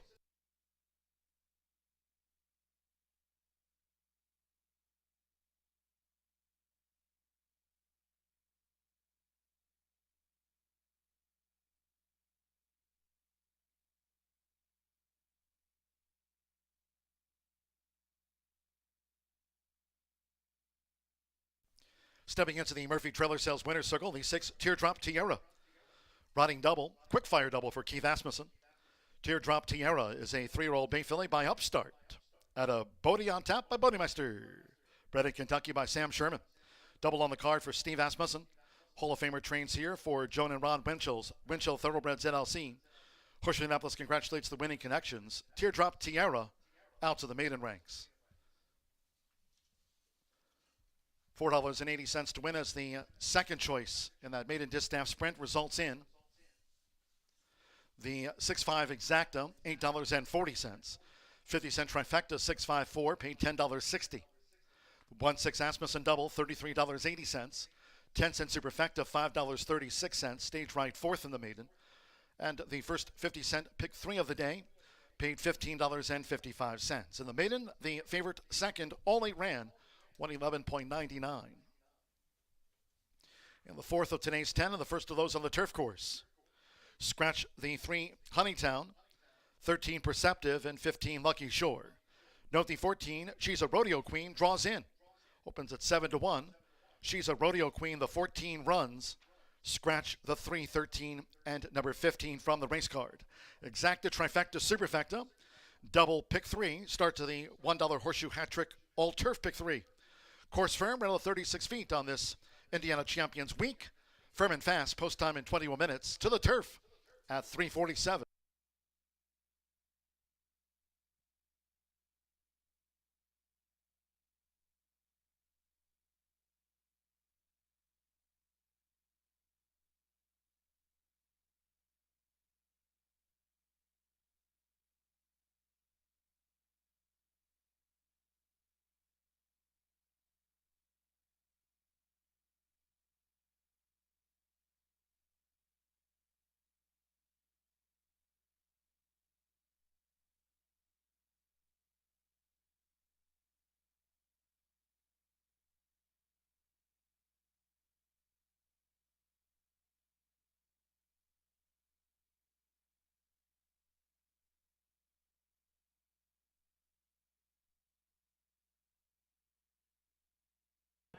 All in. And they're off. Pink Robe, Crafty Gal, Teardrop Tiara with the white cap, and Came Up Roses is also near its Crafty Gal. So with Walter Rodriguez, Crafty Gal leads a pressing Teardrop Tiara with Came Up Roses in the black silks. Pink Robe in her 19th run, joined out wide by Hop, Snip, and a Jump, with Pink Robe now in 5th, going past the half-mile pole. Then stage right toward the inside. The first-time starter, Maria's Music, is running second to last in the one well back, the Cuerva Trails. The opening quarter, 22.15 seconds as they round the far turn. Crafty Gal, Keith Asmussen has Teardrop Tiara right there alongside. Inside 3 furlongs from home. It's Teardrop Tiara narrowly from Crafty Gal, who tries to kick on past the quarter pole, while 5 clear from Hop, Snip, and a Jump, who straightens away in 3rd. Stage right, Came Up Roses, Pink Robe, Maria's Music, and La Cuerva is the distant. They're homeward bound, half mile, 45.54 seconds. Teardrop Tiara gets those left-handers from Keith. And now a switch of the crop. Teardrop Tiara with Crafty Gal battling her all the way past the 16th. The others are well back. They come past the 16th. Teardrop Tiara is on top, close to home from Crafty Gal. Teardrop Tiara gets the result. Teardrop Tiara driven out by Keith Asmussen over Crafty Gal. Double digits away. Came Up Roses 3rd. Stage right, back and forth.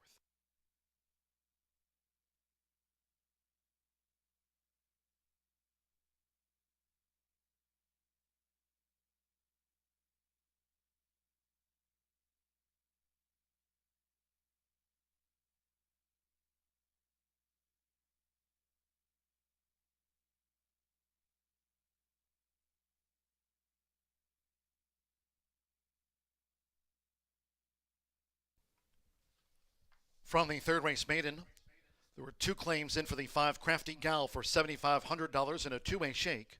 Was the runner-up. Crafty Gal for $7,500. claimed over to new owner-trainer Randy Klopp. Claimed Crafty Gal was the runner-up in the maiden.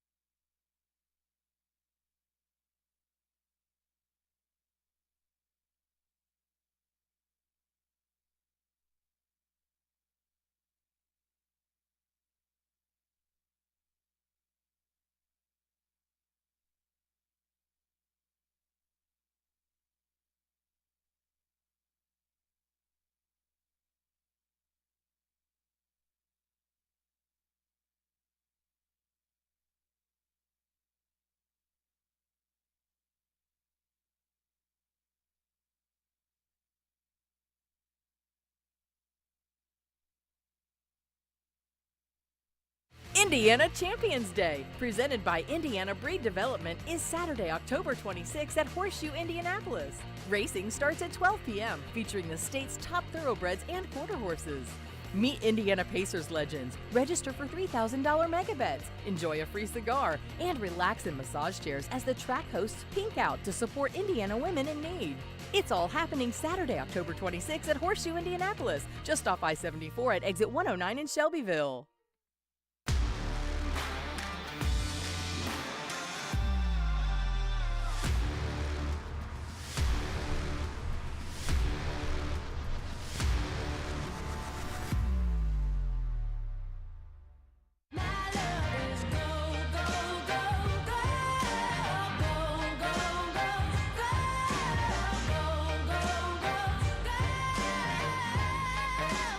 Corbell, make it gold.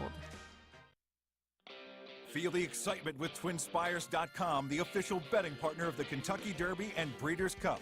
With TwinSpires.com, place legal wagers and watch live horse racing wherever you are on any device. Sign up, play, and win today. New players use promo code FREE100 on sign up to start your $100 bonus. With TwinSpires.com, you can bet on horse racing. Get the TwinSpires.com app to receive special offers and the most up-to-date information. Terms and conditions apply. Void where prohibited. Please wager responsibly.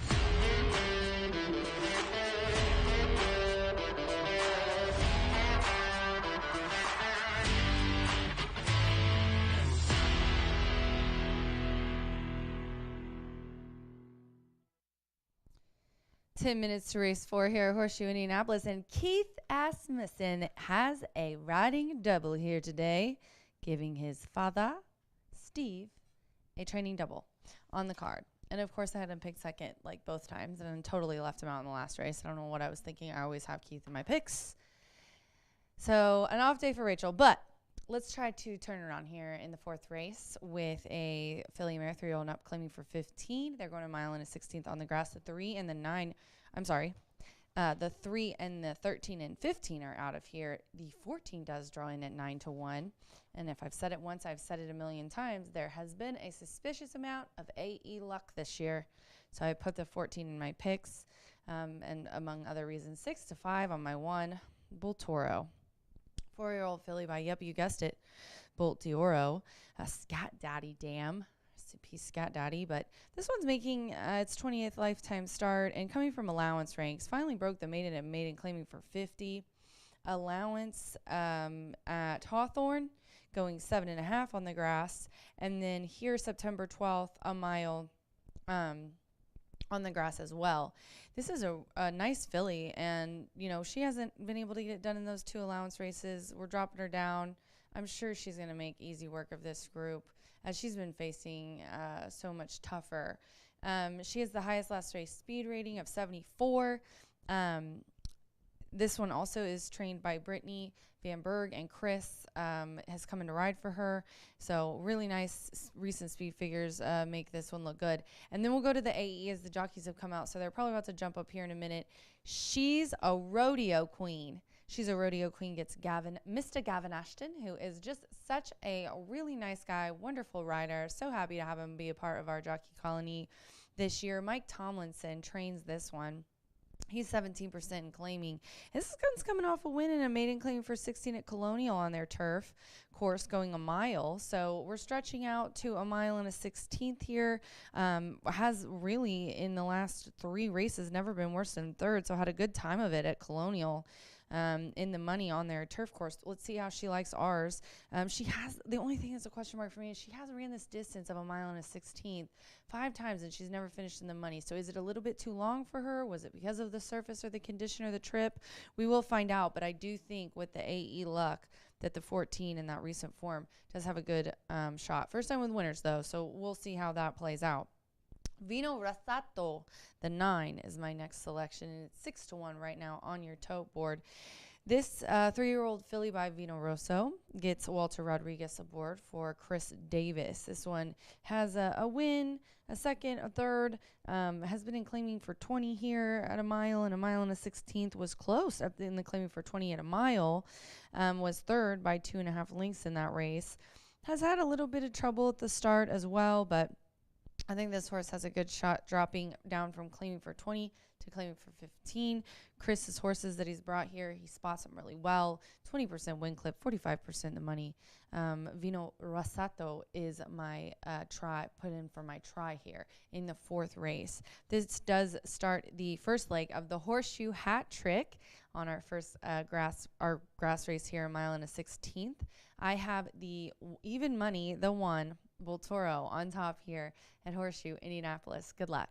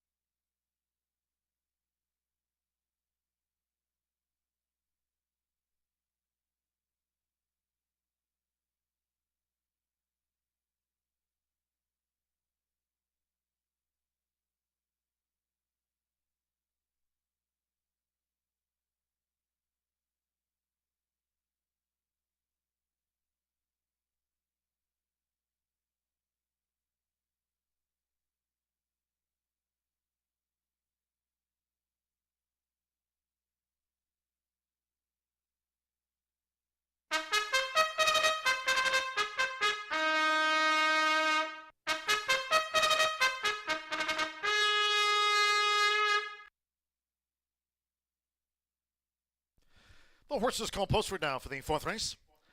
The first of those today, Carter for the turf course, rated fair and rail at 36 feet. This over the mile and a 16th. Again, the portable rail at 36 feet on Indiana Champions Week. Here you feel the 12. Scratch 3, Huntingtown. 13, Perceptive, and 15, Lucky Shore. Scratch the 3, 13, And number 15 from the race card, Exacta Trifecta Superfecta. Double pick 3 starts with the $1 Horseshoe Hat Trick Turf pick 3. 3 minutes to post time. 3 minutes.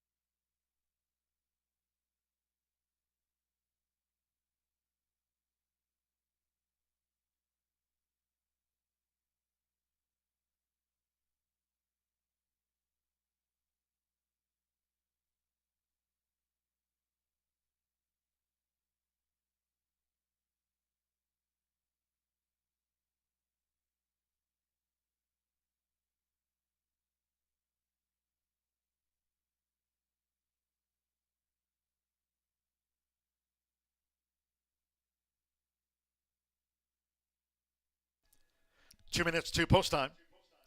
2 minutes.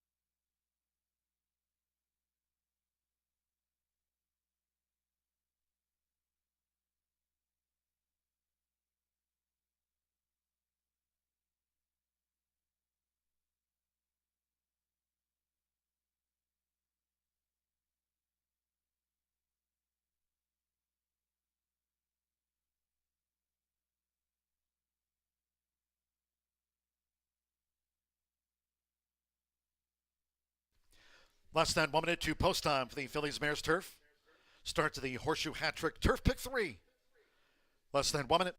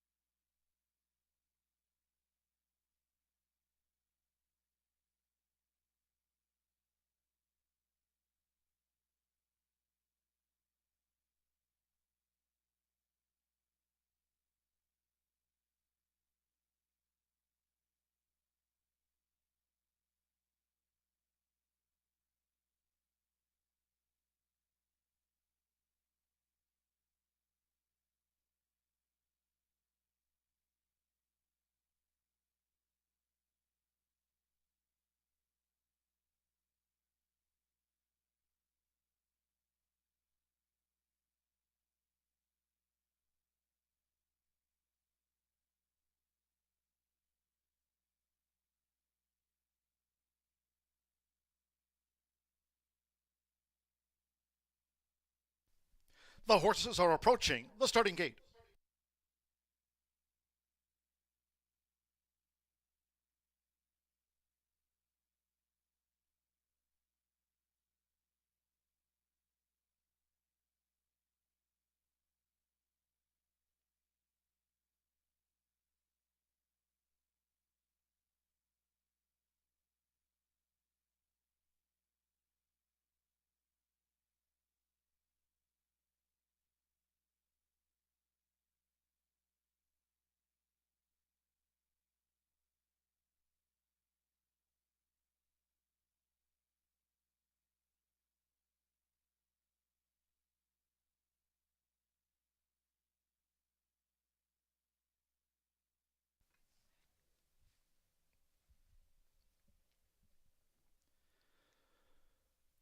The horses have reached the starting gate. It is now post time. Loading for the Phillies Mares Turf, Chris Amy with Bull Toro. Angel Serpa, Altira has joined Bull Toro loading up. Manny Esquivel with O Macarena.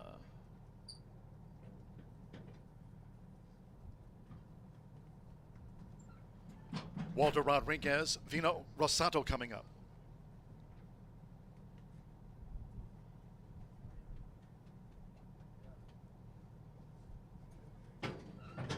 The first four of the dozen loaded. Joe Ramos with a Loper. Fernando de la Cruz with Emerson's Dream. Now Rolando Aragon with Gigi's World. Bull Toro, the 3-5 favorite.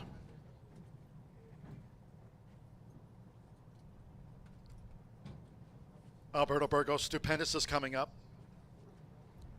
Abel Lescano with Sprat. Sando Sanjor, Leftover Sushi coming up. Leftover Sushi in. Two back. Oscar Villarreal with Resilient Beauty. Over the mile and a 16th. Mercier Firm, rail of 36 feet on this Indiana Champions Week. And Gavin Ashton with She's a Rodeo Queen. Start to the Horseshoe Hat Trick, Turf Pick 3 on a beautiful one. They're in the gate. And they're off. Off to an even start. Bull Toro, along with O Macarena in the maroon blinkers. Stupendous, and also Eloper is with these leaders as they make their way toward the first turn. It's O Macarena with Manny Esquivel. O Macarena narrowly leads Eloper in the red cap with Resilient Beauty tucked in third. On the outside, Leftover Sushi and the leading quartet out to the stretch. She's a Rodeo Queen is running in fifth. Stupendous, a ground-saving sixth. Then comes Sprat in seventh. Bull Toro is eighth here in the early stages. Taken back there by Chris Amy is Bull Toro has a blue cap. Then comes Emerson's Dream as they go up the back of the course now. Gigi's World with Al Tira and Vino Rosato trails the Phillies Mares Turf. The opening quarter, 22.89 seconds. It's O Macarena. O Macarena leads by 3/4 length to a close-up. Eloper. Leftover Sushi is running third on the outside. Now here's Resilient Beauty, who's making progress past the half-mile pole. And staving ground is Stupendous with the rail set at 36 feet. It's still O Macarena, who leads them into the far turn. She's a Rodeo Queen, racing two clear. From on the outside, Emerson's Dream with Sprat. Bull Toro still well back here. Inside 3 furlongs to go. Bull Toro leads only Altira, Gigi's World, and Vino Rosato remains last of the dozen. It's O Macarena looking to make every yard for Manny. 3/4, 1 minute 10.36 seconds at the turn-in. O Macarena. O Macarena coming down to the final furlong with a 3-length lead. Charging now as She's a Rodeo Queen with Eloper under pressure. Between horses, Leftover Sushi. Bull Toro is mounting a late charge as O Macarena hits the 16th pole. It's O Macarena. She's a Rodeo Queen. Stupendous making a split. Bull Toro, Gigi's World. Frantic finish. She's a Rodeo Queen. For Gavin Ashton, dived down at the line. She's a Rodeo Queen photo with the longtime leader O Macarena. Stupendous, Bull Toro, Gigi's World with late bid.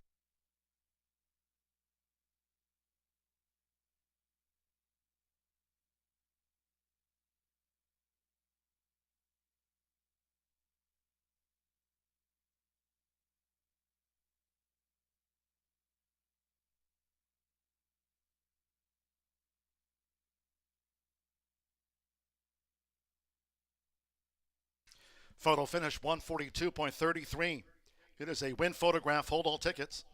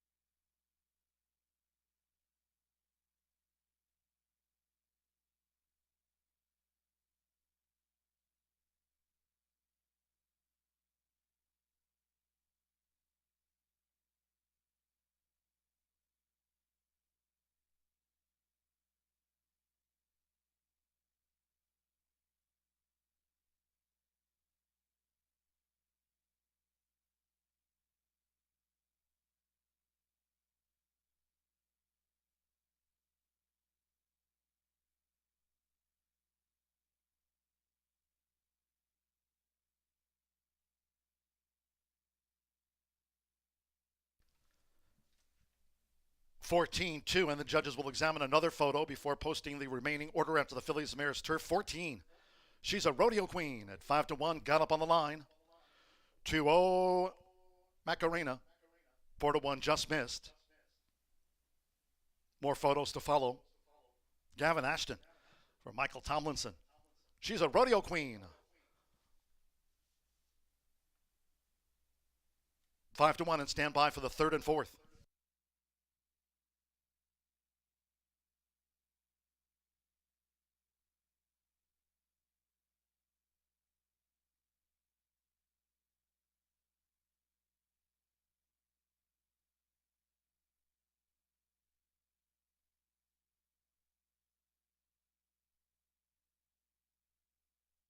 Returning to the Murphy Trailer Sales Winner's Circle, the 14.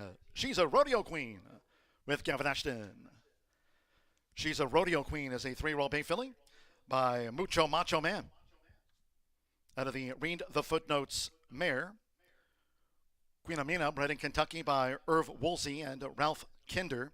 Her Kentucky breeders, Michael Tomlinson trains for Diamond F Racing, Ralph Kinder, and the estate of Irv Woolsey, Clinton Woolsey. Horseshoe Indianapolis congratulates the winning connections. She's a rodeo queen. Just lassoed in O Macarena.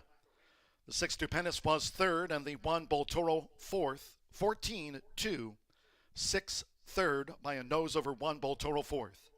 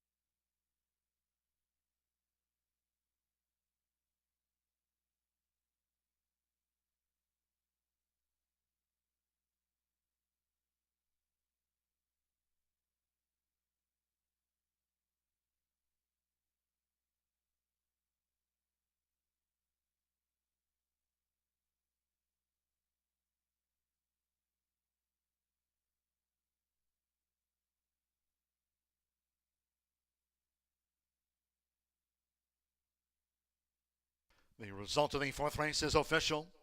That result just confirmed by the judges, 14-2-6, the one bull total fourth official. 50-cent pick three paid $34.55. 14-2 exacta, a nose between them, $71 even. With stupendous third, the 50-cent trifecta, 14-2-6, paid $98.25. That 50-cent pick three on races 2, 3, and 4. One with the 6 with the 14, $34.55. The 6-14 double and even $58, and with bull total fourth, the 10-cent superfecta 14-2-6-1 paid $89.40. 12 ran on the Phillies Mares turf, 142.33. Race 5 sprint, scratch 3 Echo Dreamer and the 9 to Kitten. Scratch 3 and number 9. The 4 Mart's Creek Music, a jockey change to Abel Lescano. Abel Lescano on the 4 Mart's Creek Music. And a couple of overweights reported. 2 wins forever, 6 over, and 6 hard truth wins add 1 pound to the weight there. Exacta, trifecta, superfecta, double pick 3 starts at the late fire 5. Sunny, fast and firm. Post time in 19 minutes at 4:20.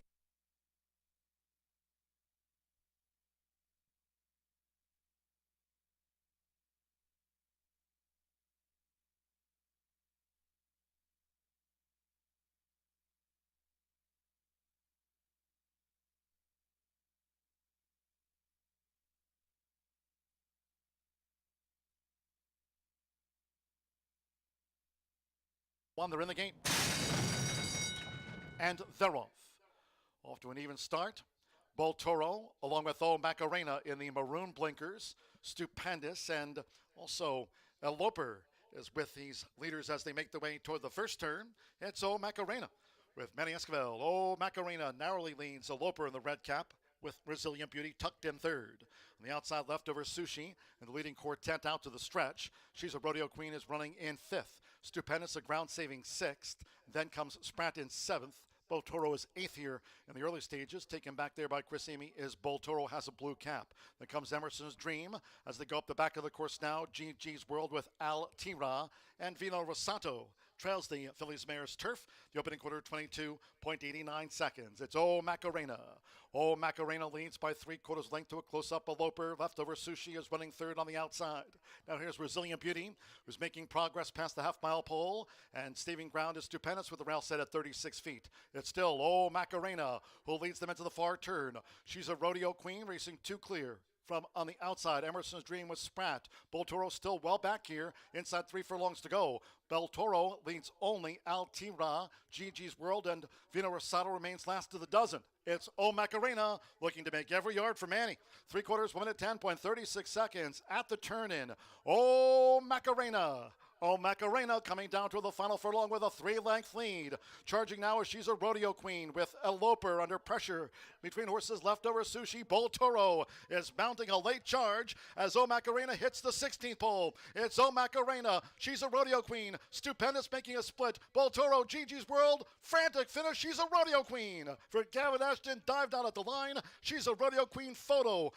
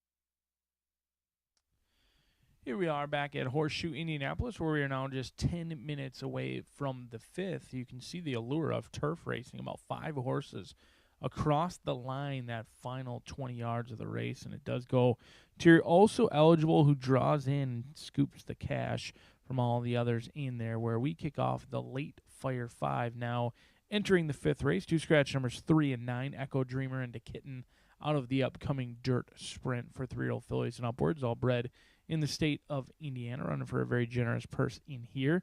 I'm going to try the fresh face to this group. It's Sweet Sassy Pants, a homebred for Patrick Donahoe, a 4-year-old filly by Skylord, who has a tendency to settle for second. She does have 4 second-place finishes, and that's a bit pesky. She debuted at second. She got the win in one of her final race as a 3-year-old last year on October 10th under the guidance of Rodney Prescott. And then this season, it's been back-to-back-to-back second-place finishes. I'm hopeful the time off she's had will have her feeling fresh and ready to rock and roll today. And it looks like some of the bettors may agree. 8-1 morning line currently on the board right now as your current favorite at 2-1. I did not expect the money to fly in as much as it has. I was hopeful to get a little bit of a live long shot in here. However, the money's come in, and it looks like it's here to stay based on those DRF projections right around 3-1.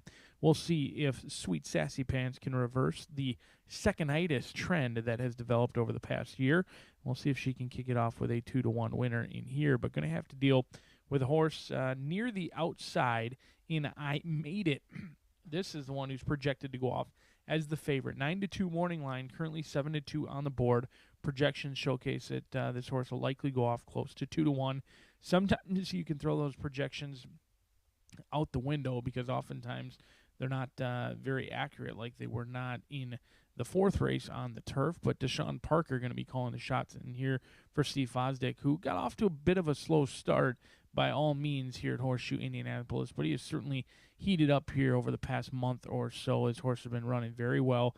Deshaun Parker should be familiar with this 3-year-old filly who's run some good races. She doesn't necessarily have the speed to be on the lead, but she will certainly track awfully close in here, and she exit what looks to be a live race about 5 weeks ago. So I Made It in with a big chance. But here, Kitty Kitty could be the true live long shot, a 2-time winner from 16 starts, cutting back from a couple of route races in which she ran first and second as the favorite, bet down to favoritism. Now, those were going 2 turns, and they were also claiming. Getting in against allowance groups in here, but getting back to sprinting. The endurance should be there. We'll see if she can keep up early, exiting those route races. She's a fair 8-1 on the board. But let's take a look at this late Fire 5 sequence. Now, just 6 minutes away from race number 5. We did have some chalk kick off the early portion of the card. I think that's bound to change in here. We're going to spread out, go 1, 2, 6, 7, and 8 in the 5th race. I do think this race is challenging. The 6th race likely provides the best betting opportunity of the day. That looks to be a wide open claiming event. Anytime the claiming price goes down and you head out on the turf course, I certainly expect some chaos for this group, non-winners of 3. Some of them have been at the level for a very long time. We'll see who picks up their 3rd win in a challenging 6th race. And then the 7th race, the single likely to run first or last in here. We're going to single the New York Shipper for trainer David Jacobson after a hiatus for a couple of years training. He's come back with a vengeance on many. It took him a while to find his way back to the winner's circle, but since then he has racked up numerous victories in New York. He's been winning at an excellent rate at Keeneland. He's winning here, 1st and 3rd through 3 starts. Vasquez is going to be calling the shots, and we'll see if Barristan the Gold, the Great Britain bred, can get win number 12 today in start number 49. The old war horse at 8 years old is going to be the single, but it looks like the riders are set for the leg up, and we are set to kick off the late Fire 5, now just 5 minutes away from the upcoming 5th. Couple of more turf races coming at you in races 6 and 7. You certainly don't want to miss out on those, and if you're still alive in that $1 horseshoe hat trick, wish you the best of luck closing it out.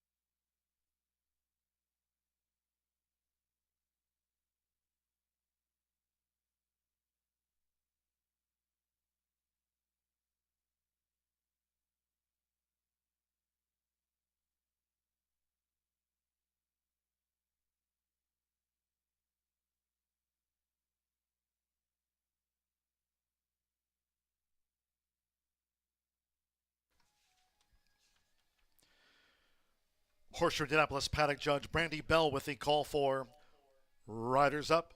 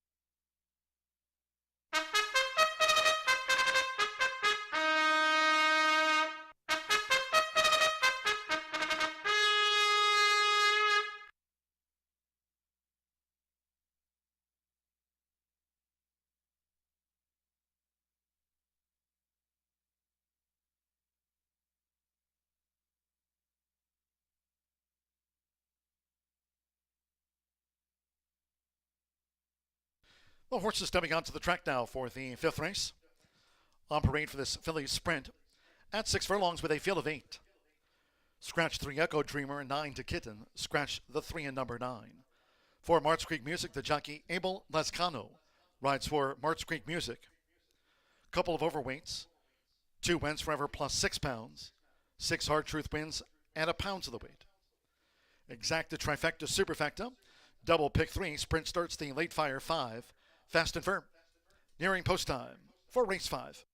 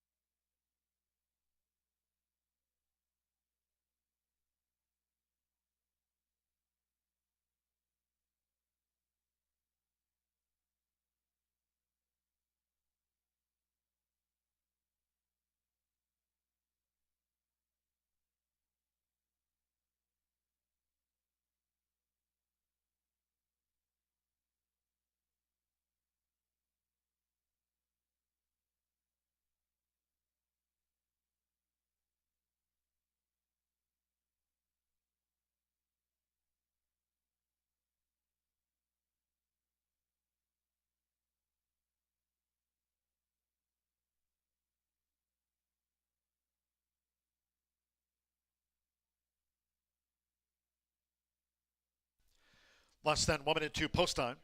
Start to the 50-cent late fire 5. Fast and firm, less than 1 minute.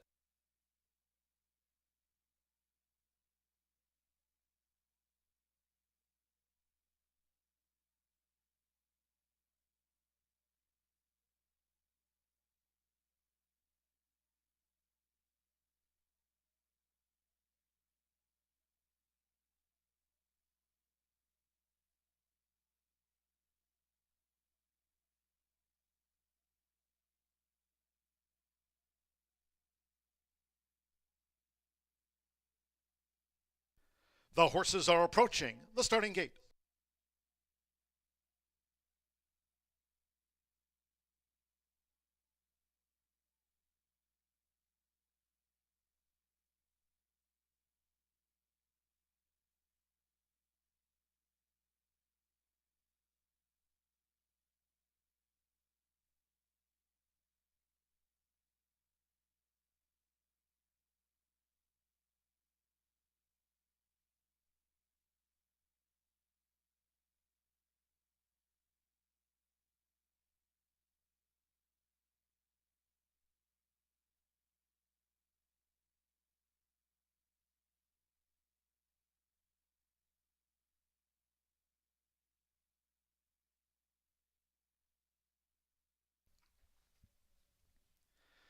The horses have reached the starting gate. It is now post time. The fillies going in. Marcelino Pedrosa Jr. with Hard Truth wins. First installed. Fernando Letta Cruz, Sweet Sassy Pants has the rail draw. Eddie Perez with Here Kitty Kitty. Eric Asmussen, Wentz Forever drew 2.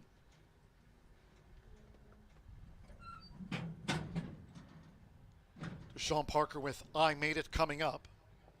Abel Lescano, Mart's Creek Music in the Green Sills. A couple of back. Simmer Bermudez, Sarah Smiles at 6 furlongs. One more. Alberto Burgos with By Carbetti. Starts at the late fire 5 with the 5th from Horseshoe Indianapolis. All in. They're off and sprinting. Fast start for I Made It with Hard Truth wins. Here come bids from Sweet Sassy Pants and Wentz Forever also forcing the issue. Sweet Sassy Pants has made a dash from the rail for Fernando Letta Cruz. Sweet Sassy Pants is the speediest of the field for the run to the half-mile pole. Wentz Forever, and right there is on the outside. Sarah Smiles chasing the pace. A break of 6 more to Hard Truth wins, running in 4th at the 3.5.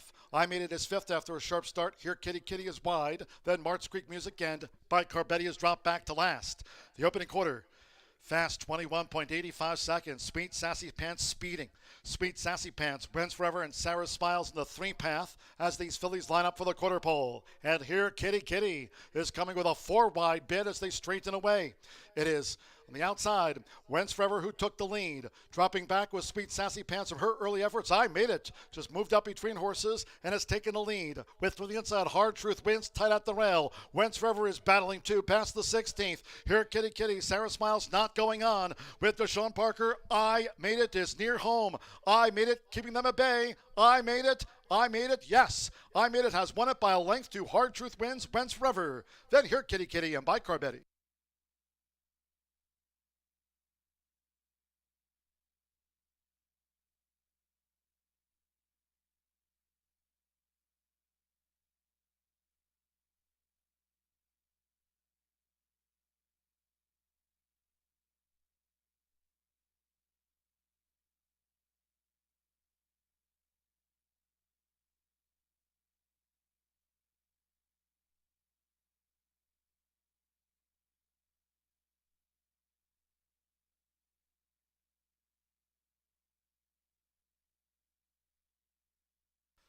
$112.90 after the Phillies sprint. $112.90. 8-6-2-7, the unofficial run order to race 5. Number 8, I Made It. At 6-5 was first. The 6, Hard Truth wins. 9-2, the runner-up. 2, Wentz Forever. 9-2, third. There's the 7, Here Kitty Kitty. 15-1 gets in the frame. By Carbetti. Sarah Smiles flattened out to the home run. It's gone to I Made It. Deshaun Parker for Stephen Fosdick, the daughter of Baryshnikov. I Made It. Bet all the way down to 6-5 favorite.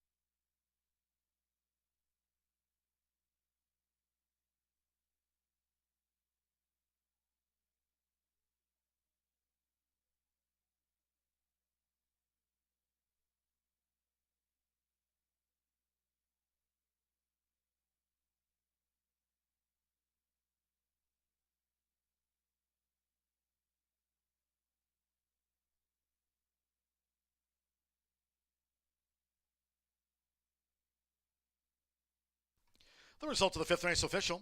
And the Murphy Trailer Sales winner circle the 8. I Made It with Deshaun Parker. I Made It.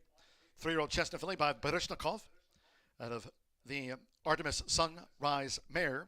CJ's Sunrise, bred here in the Hoosier State by Blaine Davidson. Stephen Fosdick trains for breeder owner Blaine Davidson. Horseshoe Indianapolis congratulates the winning connections. She was the 6-5 favorite. I Made It. Results in 8-6 exacta paid $15.80. Here Kitty Kitty fourth. The 10-cent superfecta 8-6-2-7 $13.65. 50-cent pick 3 on races 3, 4, and 5 $22.70. 50-cent trifecta 8-6-2 $16.20. 14-8 double 50-60. 50-cent early pick 4 $105.95. And the 50-cent early pick 5 daily starts on the first of the day. 5 of 5. Early pick 5 returned $241.35. In the Phillies sprint, the 3 and 9 were non-runners. Favorite first, 8 started, 112.90. We go to the 6th, back to the turf. Scratch 1 digital software, 11 Quencio, 13 Home Run Happy. Take out the 14 Temple City Run, and scratch 15 Redline Overdrive. Scratch the 111, 13, 14, and number 15. All have been scratched from the turf. Exacta, trifecta, superfecta. The rest of the 10-cent grand high 5. First pentafecta wager featured on the card. Double pick 3, and it starts the late pick 4 with the turf. Post time in 21 minutes at 4:51.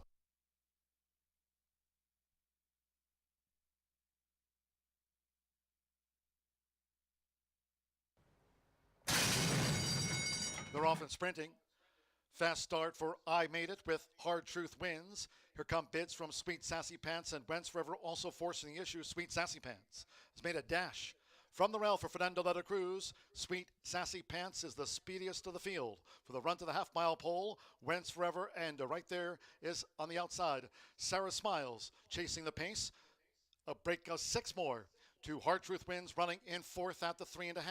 I Made It is 5th after a sharp start. Here Kitty Kitty is wide. Then Mart's Creek Music and By Carbetti has dropped back to last. The opening quarter, fast 21.85 seconds. Sweet Sassy Pants speeding. Sweet Sassy Pants, Wentz Forever, and Sarah Smiles in the 3 path as these fillies line up for the quarter pole. And here Kitty Kitty is coming with a 4 wide bid as they straighten away.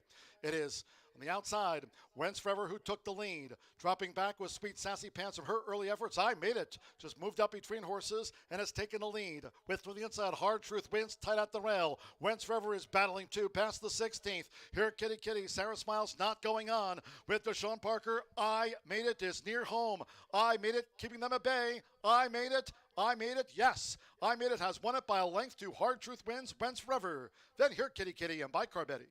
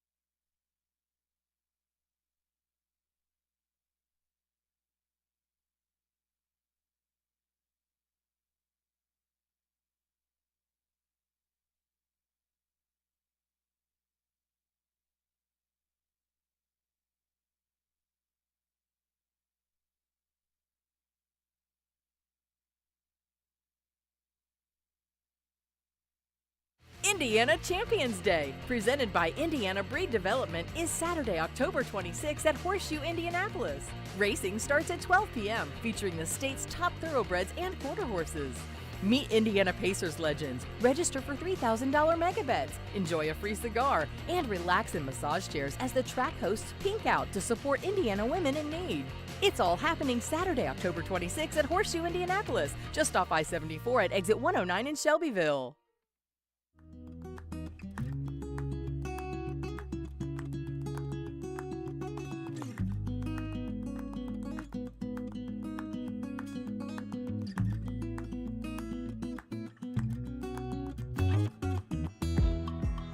It is the best day. It is Chef B Day when I get fancy lunch so that I can show you guys what's offered on the menu. Best thing we've ever come up with.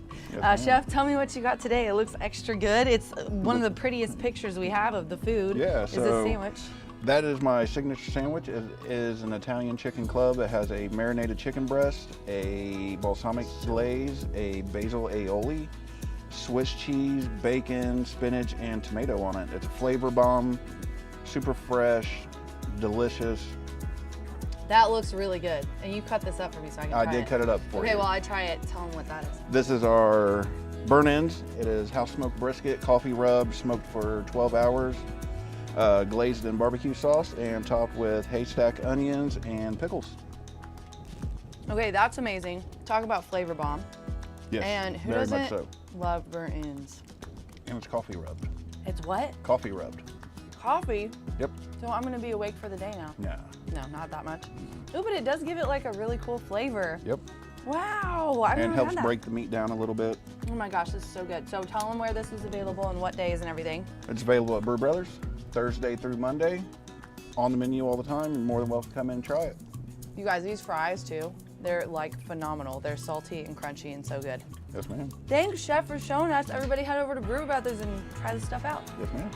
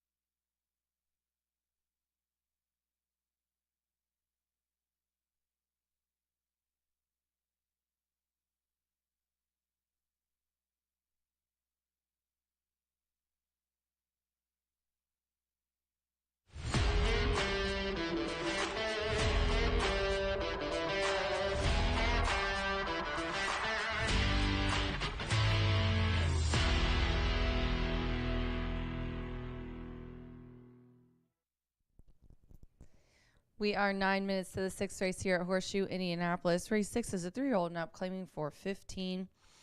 And this is a mile and a 16th on the grass. This group is a group of non-2. And we have some scratches. The 1 is out of here, as well as the 11. And all the AEs, MTOs, are out. I'm going to go with the 7 on top. I was hoping a little bit more of a long shot, Scenic Justice, but right now 4-1 on the tote board. Sammy B is aboard for Tony Granite's. Bermudez is 5 of his last 10, and the last 4 of his tries here have been on the board. The last 3, he's finished in the money. This horse has not been off the board, so has completed the superfecta or better in 8 of his last starts straight. That was since September of last year. Has been 4th or better. So I know his speed figures aren't as high as maybe the 6s are right now, but I do think this horse is consistent. He likes the route. He likes Indiana turf. The A other than applies to him. He has a couple of very nice finishes at the distance and on Indiana turf. All 3 of his wins have come there. Everyone else, life is not too. So I've got the 7 here on top, and like I said, still sitting at 4-1. Looks good in the paddock too. I mean, this horse is about to make its 20th lifetime start. It's 4-year-old gelding. Knows what he's doing. And then we'll go to the 6 here, 11-1. Now, this horse is caught the Ivory. Hugo Andrade is the trainer. This horse put up an 82 last time out. So, I mean, I get it. But both of my horses dropping down. 1 against allowance for my top pick. I'm now dropping down from claiming for 30 at Ellis in August. My 6 is dropping down and claiming for 15. He kind of seems like he will come from off the pace, so look for him coming late. I'm not anticipating him being right there in the very beginning of it, but has been a couple months off, hasn't raced in 2 months, and 18% the trainer is at that kind of layoff as well. This horse really hasn't had anything recent, so I think he needed that couple of months off and should improve off the drop, and with that speed figure has put up, and it was at the distance of 1 mile and a 16th, which is our distance and surface today. Then we'll go to the 2. The 2 is 7-2 on the tote board, and that is My Brother Keith. My Brother Keith is going to be ridden today by Alberto Burgess, one of our top jockeys here in the 2024 meet. Tom Medina, high percentage. He's brought a lot here, ran a lot of horses here, and they do really well. Now, he is also hot. The last 3, 3 of his last 6 have been in the money finishes, 2 wins and a 3rd. This horse was 3rd versus Tougher last time out, routing on turf, going a mile and claiming for 20. Ended up getting beating a neck for 3rd versus Tougher, and paid 18-1. Claiming for 10 was the last win that this one had, and was claimed in that race from Brittany Vanberg. And so he had this one put in claiming for 20, put up a 77 business speed figure. We're dropping it down, stretching it out a little bit to 1 mile and a 16th. 7-6-2 here for me in the 6th race at Horseshoe Indianapolis. I've got Scenic Justice and Sammy Bermudez on top. Good luck.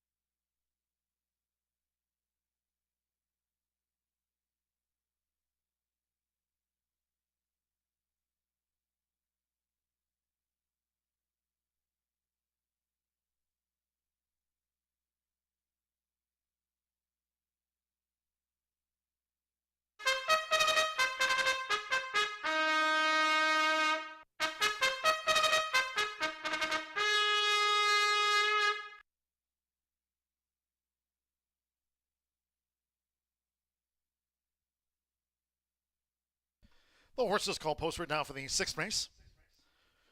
This race will be run on the turf course over the mile and a 16th. Course firm rail of 36 feet this race week. Indiana Champions Day on Saturday at noon. Here in field of 10, scratch from the turf, 1 digital software, the 11 Quencio, 13 Home Run Happy, 14 Temple City Run, and 15 Redline Overdrive. Scratch theme 111, 13, 14, and number 15 all have been scratched. Exacta, trifecta, superfecta. The turf features the 10-cent Grand High Five. First pentafecta wager featured on the card today. Double, pick 3, starts at the late pick 4. If you're just joining, turf course firm, rail of 36 feet this Indiana Champions Week, and a fast main track under sunny skies. Round about 2 minutes to post time. 2 minutes back to the turf.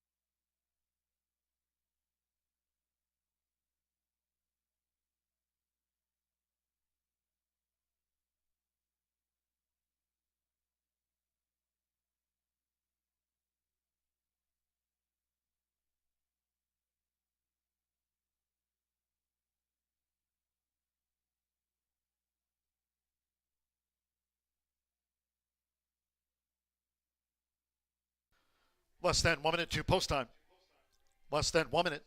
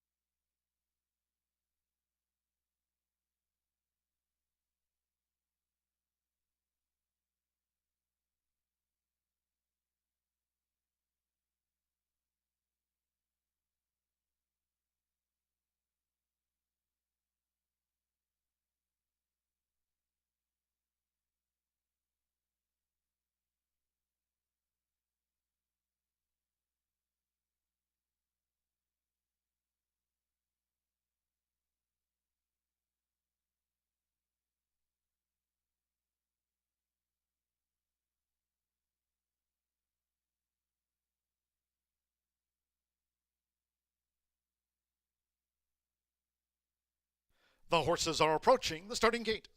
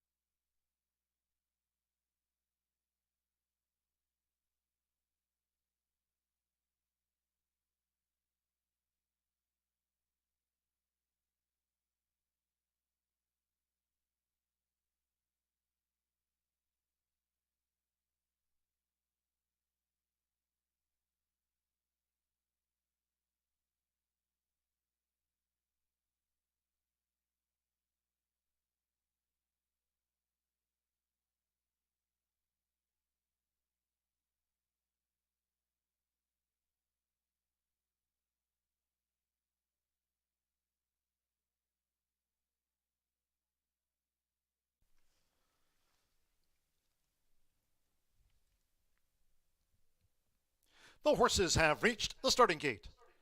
It is now post time. Loading Alberto Burgos with My Brother Keith. Simmer Bermuda's Scenic Justice has joined My Brother Keith loading up. Julio Felix with Hold Your Applause. 9-1 on Hold Your Applause. Abel Escala with Long Crow. Now Criminal Defense. Deshaun Parker riding for a double after I Made It sprint win. Eddie Perez with Looking Good Lewis in the Navy.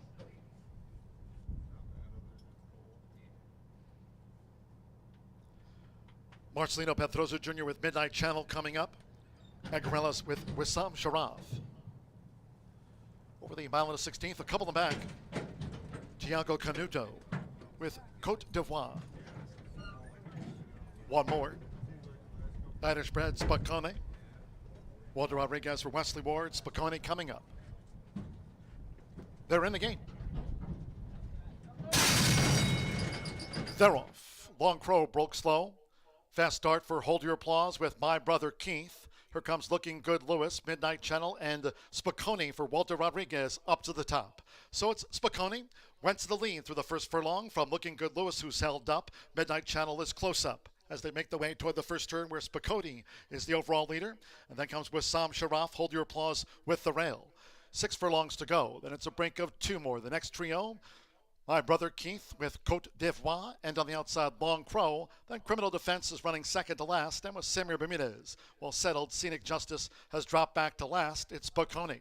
So Spacone shoulders the load. Spacone's in front, takes them through an opening quarter. In 23.09 seconds for the run to the half-mile pole, it's the Irish bred frontrunner Spacone. Doing this easily for Walter Rodriguez. Spacone, with 4 furlongs still to go, leads a length and a half to Midnight Channel, who pursues. Looking Good Lewis is a ground-saving third by 2. With Sam Sharaf, Hold Your Applause is running in 5th. Cote d'Ivoire is a wide 6th. Long Crow is 7th. Then further back to My Brother Keith. Scenic Justice up 1 spot. That relegates Criminal Defense to last. In the meantime, it's still Spacone looking to make every yard for Walter Rodriguez. Clocked a half mile in 47.11 coming toward the quarter pole. It's Spacone now being readily opposed by Midnight Channel, who's making a bid for Marcelino Pedroza Jr. at the turn-in. Cote d'Ivoire sweeping on the far outside with Sham Sharaf and Looking Good Lewis in range 2 with a white cap. 3 quarters in 1 minute 11.10 seconds. Looking Good Lewis in tight quarters. Spacone's given way. Midnight Channel just leads. Here comes with Sam Sharaf. Looking Good Lewis still trying to split late. Then on the outside is Cote d'Ivoire. Hold Your Applause is also finishing up well. Midnight Channel. Midnight Channel has won it from Wissam Sharaf. Hold Your Applause gained 3rd, and then Cote d'Ivoire. Looking Good Lewis.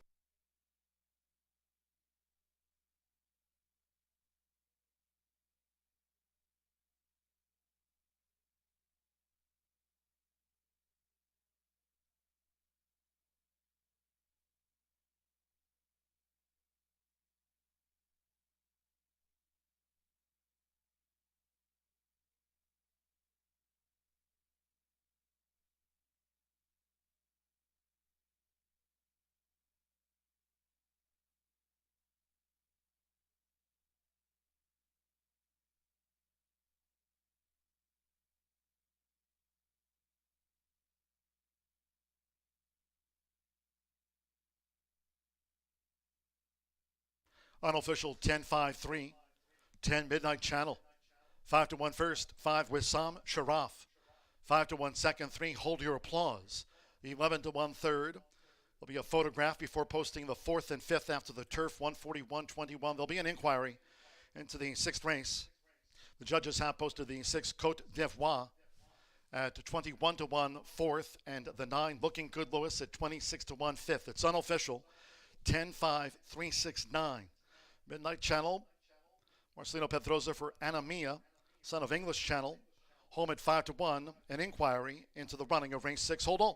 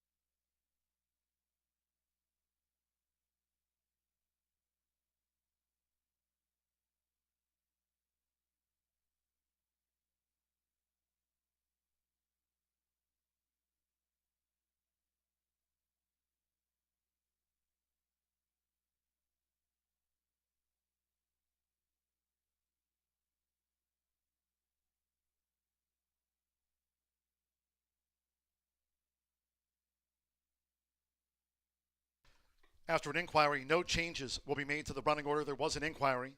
No change, 10-5, 3-6-9. And the Murphy Trailer Sales winner, Circle the 10, Midnight Channel with Marcelino Pedroza Jr.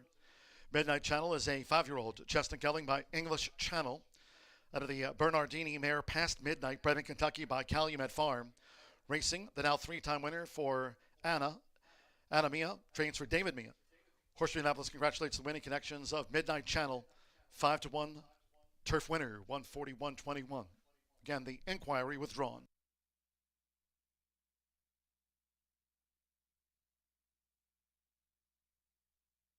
Result official.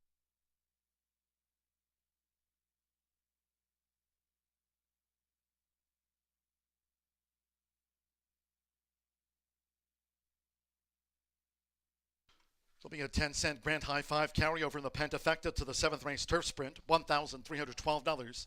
7th race Pentafecta carryover, that's on the turf sprint. 20 minutes away. 10-5 exacta paid 66.20. There again, that 10-cent grand high five carryover. It goes on to race 7. 50-cent pick 3 paid $49.40 on races 4, 5, and 6. The 50-cent trifecta, 10-5-3, $159.45.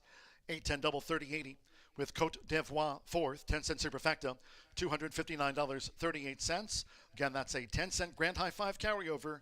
On to race 7, it rolls in the Pentafecta for $1,312.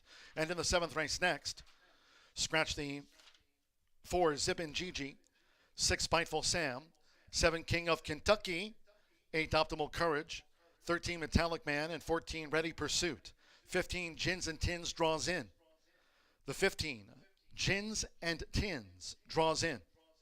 The 15 runs, scratch the 4, 6, 7, 8, 13, and number 14 all have been scratched. Exacted trifecta, superfecta, double, pick 3, and again that 10-cent pentafecta carryover, $1,312 for the grand high 5. Post time 5:23.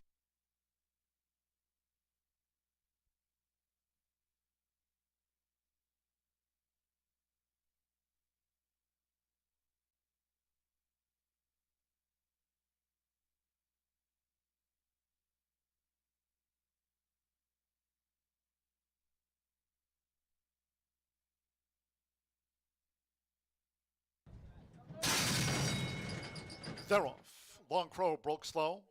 Fast start for Hold Your Applause with My Brother Keith. Here comes Looking Good Lewis, Midnight Channel, and Spicone for Walter Rodriguez up to the top. So it's Spicone. Went to the lead through the first furlong from Looking Good Lewis, who's held up. Midnight Channel is close up as they make the way toward the first turn where Spicone is the overall leader. And then comes Wissam Sharaf, Hold Your Applause with the rail. 6 furlongs to go. Then it's a break of 2 more. The next trio, My Brother Keith with Cote d'Ivoire, and on the outside, Long Crow. Then Criminal Defense is running second to last, and with Samir Bermudez. Well settled, Scenic Justice has dropped back to last. It's Spicone. So Spicone shoulders the load. Spicone's in front, takes them through an opening quarter. In 23.09 seconds for the run to the half-mile pole, it's the Irish bred frontrunner Spicone. Doing this easily for Walter Rodriguez. Spicone, with 4 furlongs still to go, leads a length and a half to Midnight Channel, who pursues. Looking Good Lewis is a ground-saving third by 2. With Sam Sharaf, Hold Your Applause is running in 5th. Cote d'Ivoire is a wide 6th. Long Crow is 7th. Then further back to My Brother Keith. Scenic Justice up 1 spot. That relegates Criminal Defense to last. In the meantime, it's still Spicone looking to make every yard for Walter Rodriguez. Clocked a half mile in 47.11 coming toward the quarter pole. It's Spicone now being readily opposed by Midnight Channel, who's making a bid for Marcelino Pedrosa Jr. at the turn-in. Cote d'Ivoire sweeping on the far outside with Sham Sharaf and Looking Good Lewis in range 2 with a white cap. 3 quarters in 1 minute 11.10 seconds. Looking Good Lewis in tight quarters. Spicone's given way. Midnight Channel just leans. Here comes with Sam Sharaf. Looking Good Lewis still trying to split late. Then on the outside is Cote d'Ivoire. Hold Your Applause is also finishing up well. Midnight Channel. Midnight Channel has won it from Wissam Sharaf. Hold Your Applause gained 3rd, and then Cote d'Ivoire. Looking Good Lewis.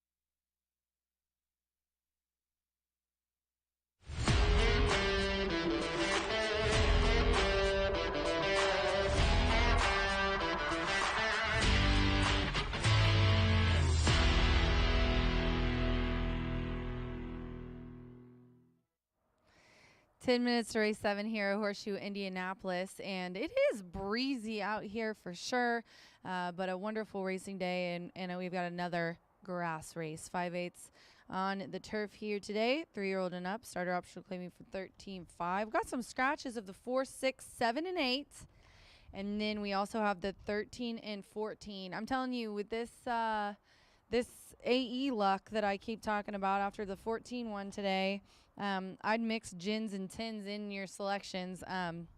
You know, that's after the thought for me, but I definitely would put it if you're going to bet supers or exotics. But I went 192 in here. The one, all jokes aside, Marcelino Pedroza looking for 2 in a row after winning that last race for Anna Mia. How did I miss that? He rides so well, and Anna Mia knows where to put her horses. She's had some good success in the last couple weeks and really all meet.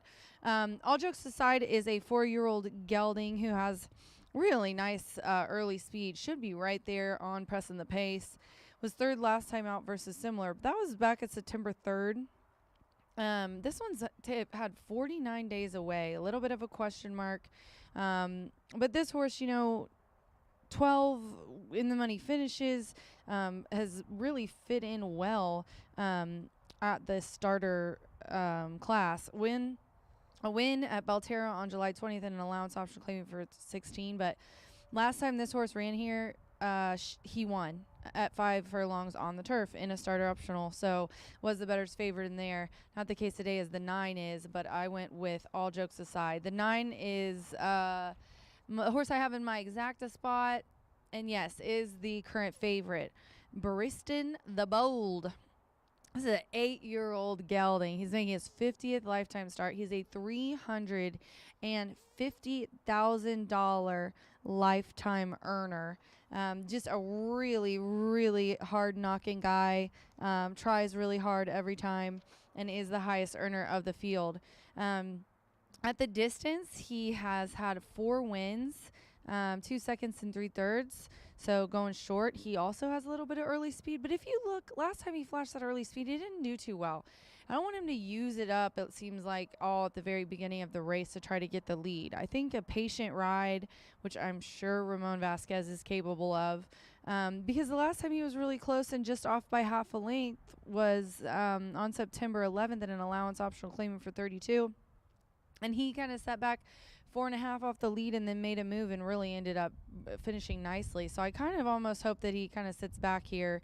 I don't think that'll be a problem for Ramon. This one is taking a big drop down in class, though. He's not, as I said, 9 of 11 at the distance. And he also, the trainer, David Jacobson, is 21% when his horses are starting 3rd off the layoff.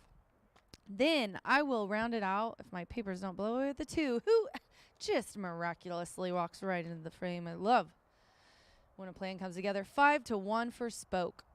Spoke gets Albornoz aboard for Lily Gonzalez. This one, most recent win on turf. So last couple have been dirt. Now last time out was on October 8th here in this very similar class and was 2nd by less than a length. The last win was September 3rd on our turf at this distance and won by half a length with Romero aboard. This horse really, honestly, I think is going to like getting back to the grass and could quite possibly pull off the upset. Had a good speed figure last time out, 6 furlongs. However, it was on the dirt. But, man, that speed figure on September 3rd on the grass, if we get back to that, for this 5-year-old Ridgeling, it's going to be a kind of a toss-up as to what happens here. And then, like I said, I'll just throw out audible 7-2. Put that 15, gins and tins, just won on September 14th and in an allowance. And I'm telling you, the AE luck is crazy. A 9-horse field here. I'm going to go with the 1 at 9-2 on top here. 5 minutes to race 7. Good luck.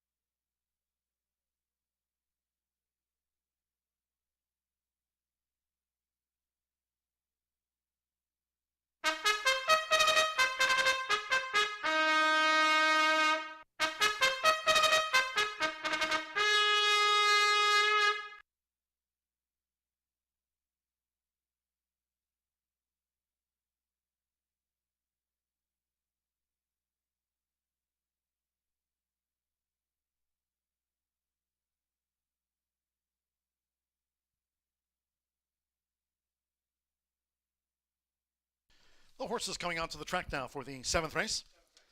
This turf sprint over the 5 furlongs. Course firm rail of 36 feet, a field of 9. Scratch the 4, Zip and Gigi. 6, Spiteful Sam. 7, King of Kentucky. 8, Optimal Courage. Take out 13, Metallic Man. And scratch 14, Ready Pursuit. Scratch the 4, 6, 7, 8, 13, and number 14. Exacta, Trifecta, Superfecta. Double pick 3. There's a carryover in the Pentafecta. $1,312, that 10-cent Grand High 5 carryover. 2 minutes.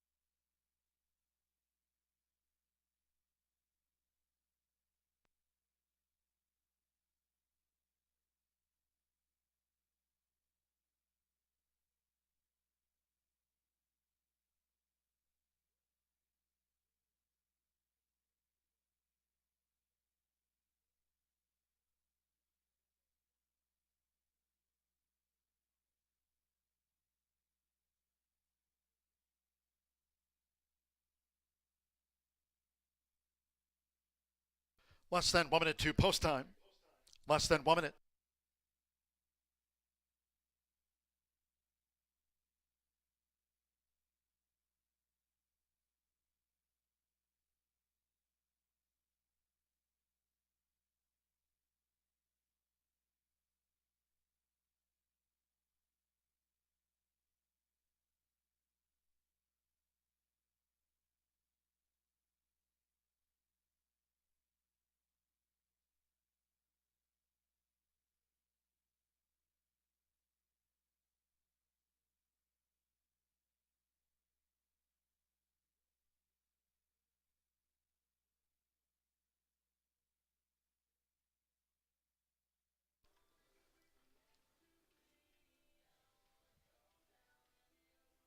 Again, noting we do have a carryover here in the 10-cent Grand High 5. Pentafecta carryover for the turf sprint of $1,312 for a Grand High 5 carryover. The horses are approaching the starting gate.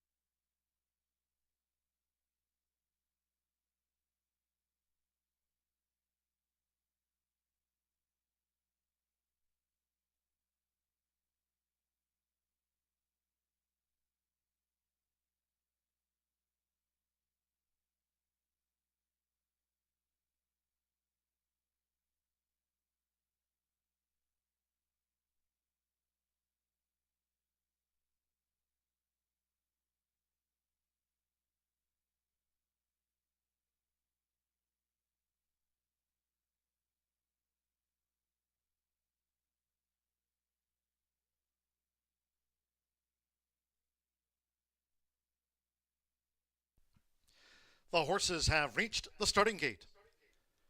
It is now post time. They're going in. All jokes aside, Marcelino Pedrosa Jr. going for the double with Anamia.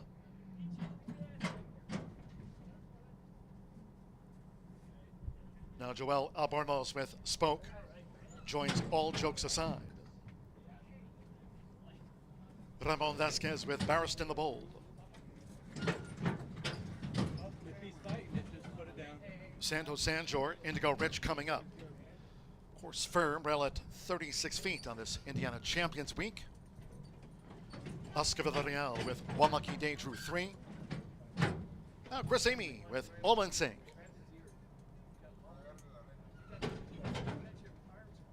Rogelio Miranda with El Gavilan.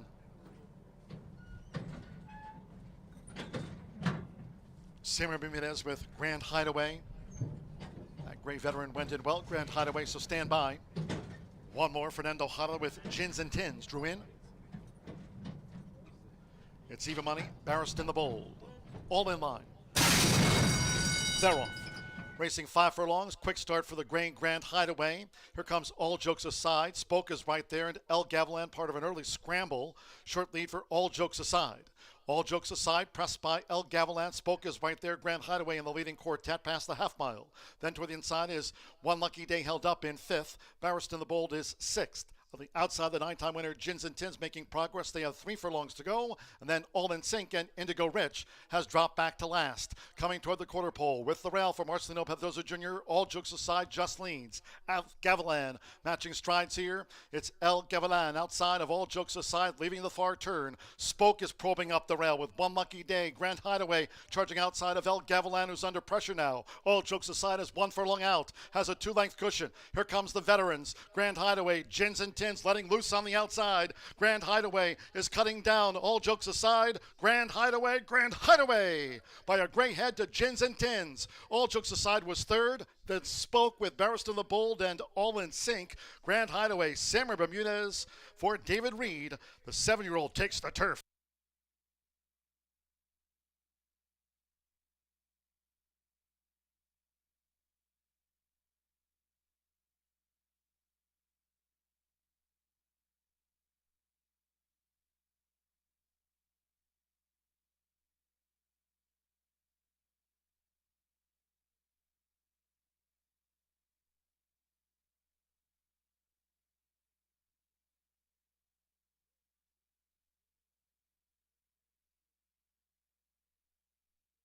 $55.51 after the starter turf.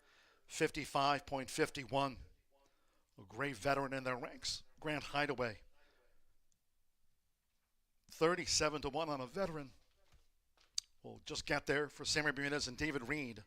Stand by for the judges' confirmation, where it was 37-1 on Grand Hideaway, the gray.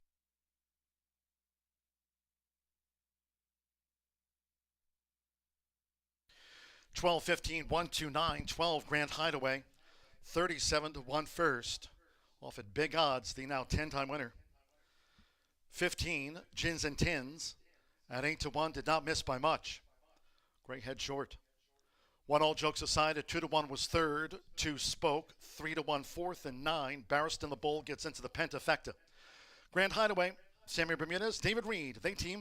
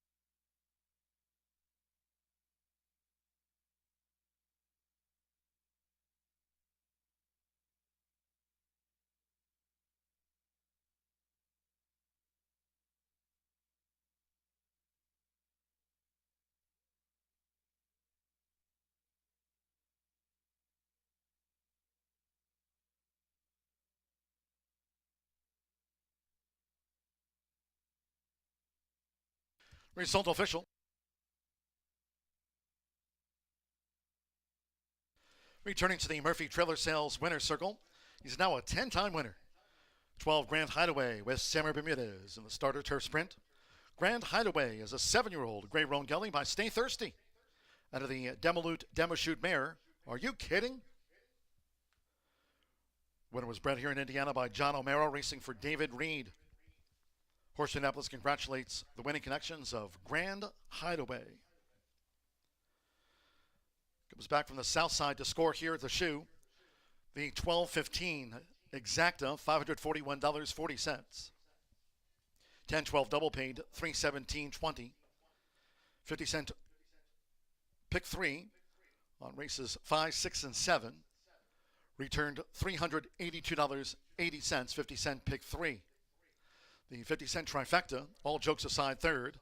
12-15 won for that 50-cent trifecta. The pentafecta had a carryover going into that pentafecta. Paid $3,231. The trifecta, $1,448.30. 10-cent superfecta, $522.83. Spoke ran fourth. And with Barristan the Bowl fifth at 10-cent Grand High 5, $3,231.13, 55.51. Race 8 in the maiden distaff sprint. No scratches, no jockey changes. The 1-1 finale is 2 pounds over, and 2 Sunny Attitude should be listed in your program as being Indiana bred. Indiana bred symbol. Indiana bred, 2 Sunny Attitude. That symbol was omitted from the track program.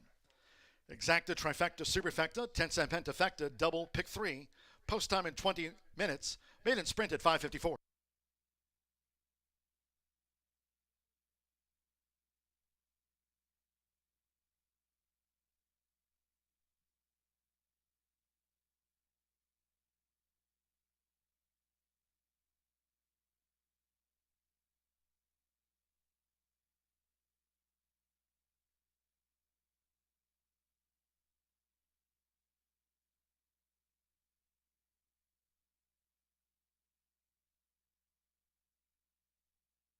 All in line.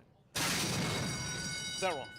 Racing 5 furlongs. Quick start for the Grand Hideaway. Here comes All Jokes Aside. Spoke is right there, and El Gavilan, part of an early scramble. Short lead for All Jokes Aside.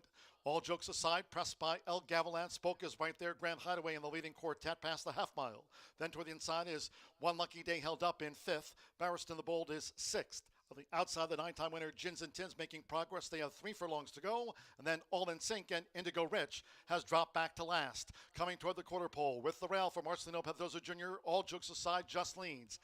Gavilan matching strides here. It's El Gavilan outside of All Jokes Aside, leaving the far turn. Spoke is probing up the rail with One Lucky Day. Grand Hideaway charging outside of El Gavilan, who's under pressure now. All Jokes Aside is 1 furlong out. Has a 2-length cushion. Here comes the veterans. Grand Hideaway, Gins and Tins letting loose on the outside. Grand Hideaway is cutting down. All Jokes Aside, Grand Hideaway by a gray head to Gins and Tins. All Jokes Aside was 3rd. Then Spoke.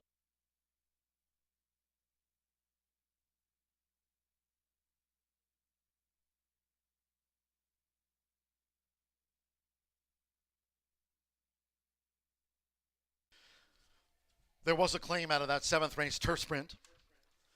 There were 4 claims in for number 9, Barristan the Bold, in a 4-way shake for $13,500. Barristan the Bold ran 5th, and Barristan the Bold was claimed by new owner and trainer Steve Asmussen.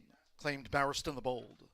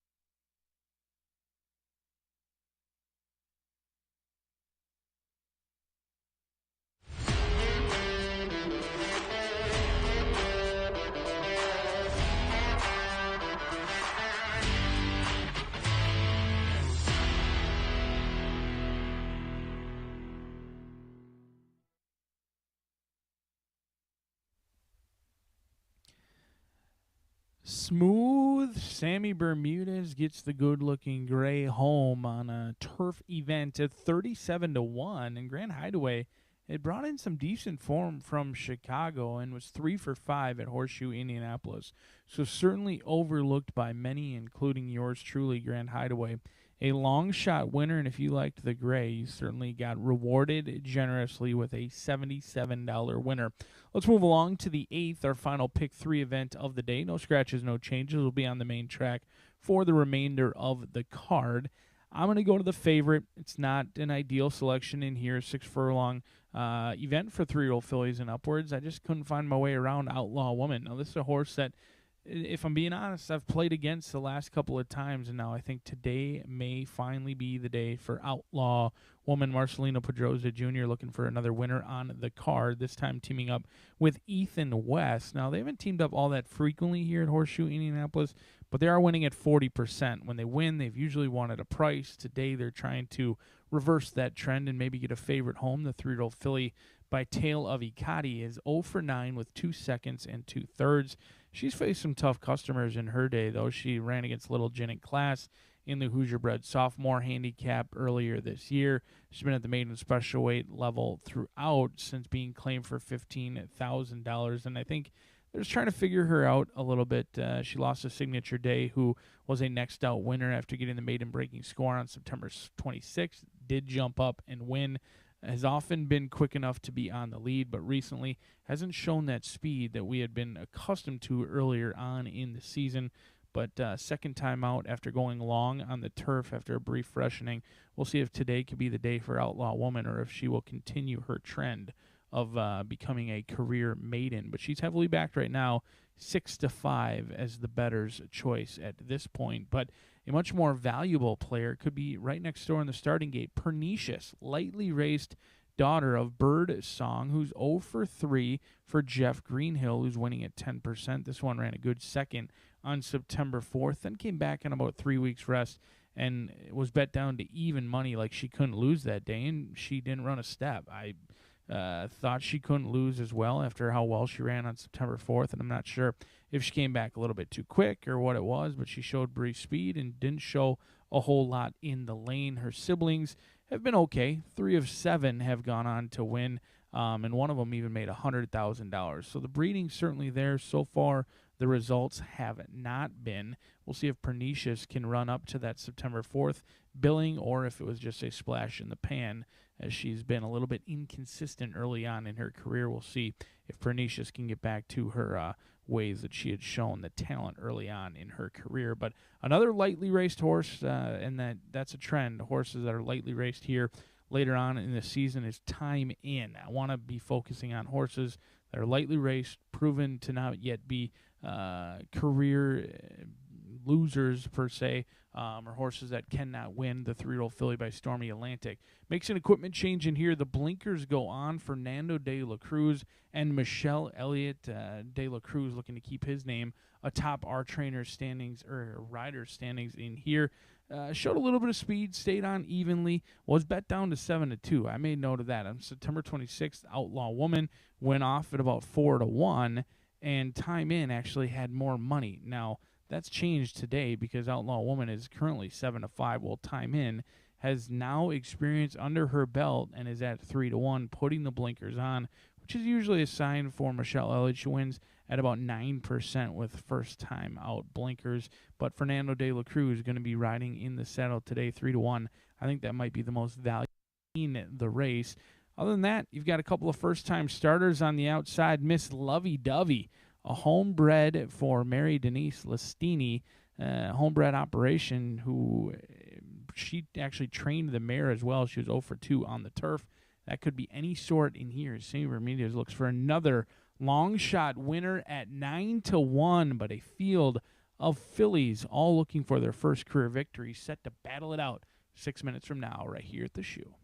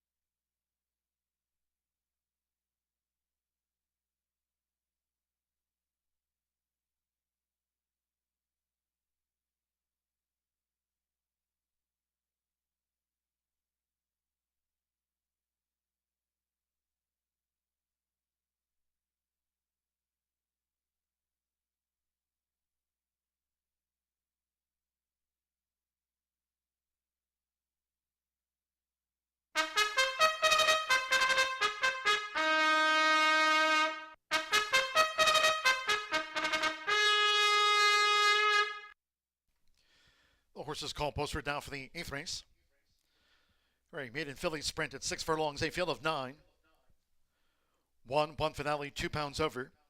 2 Sunny Attitude should be listed in the program as being Indiana bred. That symbol missing for the 2 Sunny Attitude program correction. Exacta, trifecta, superfecta, 10-cent grand high 5, double, and this starts our final 50-cent rolling pick 3 on the card. 2 minutes to post time, roundabout 2.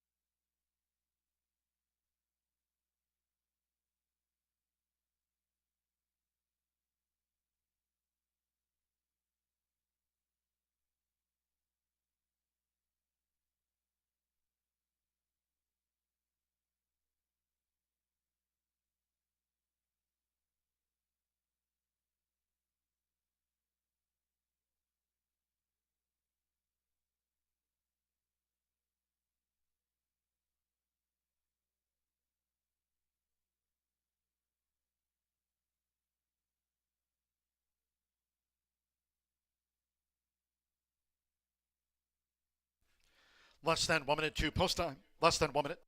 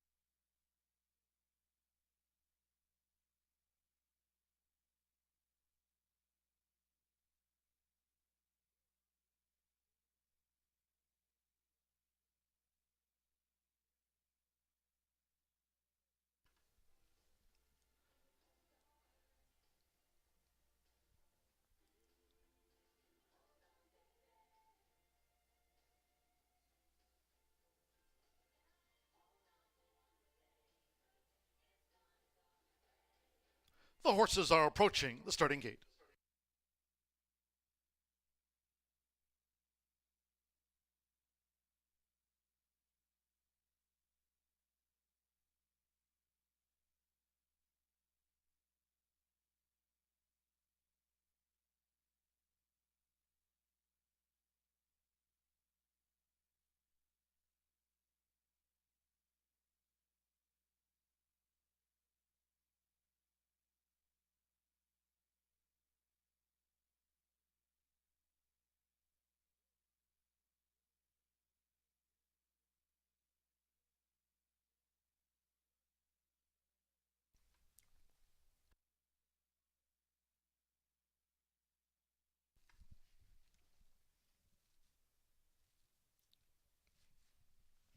The horses have reached the starting gate. It is now post time. With Oscar Villarreal, one finale up first. Luna Diva de Jean Parker has a win on the card. Now Joe Ramos with Sunny Attitude.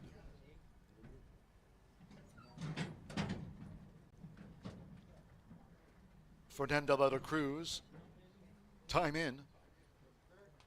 Outlaw Woman, Marcelino Pedrosa Jr. on the Tuesday score sheet. Loading here for the maiden. Anthony Zalomo, Be on the Loose, a first-time starter. Yarmari Correa, Rich Girl's Dreams drew 8. Anna Leahy with Pernicious. Rich Girl's Dreams. At 6 furlongs, so stand by. Another newcomer, Miss Lovey Dovey, Simmer Bermudez, riding for a double on the card. All in.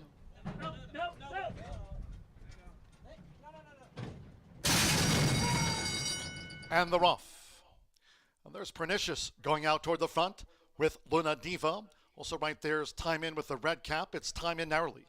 So Time In for Fernando de la Cruz to the top from Luna Diva, Pernicious, and here's Sunny Attitude, who's streaking up and after the lead as they go past the half-mile pole. In the meantime, Outlaw Woman is tracking some 5 lengths off the speed, and then comes Wide Rich Girl's Dreams, one finale with the rail past the half-mile pole, beyond the loose end. The newcomer, Miss Lovey Dovey, trails the maiden filly sprint. The opening quarter was battled through in 22.22. It's Time In. Pernicious coming with a bid now. Sunny Attitude looking to stay with the rail, and Luna Diva striding up on the far outside for Deshaun Parker in range. So here's Luna Diva.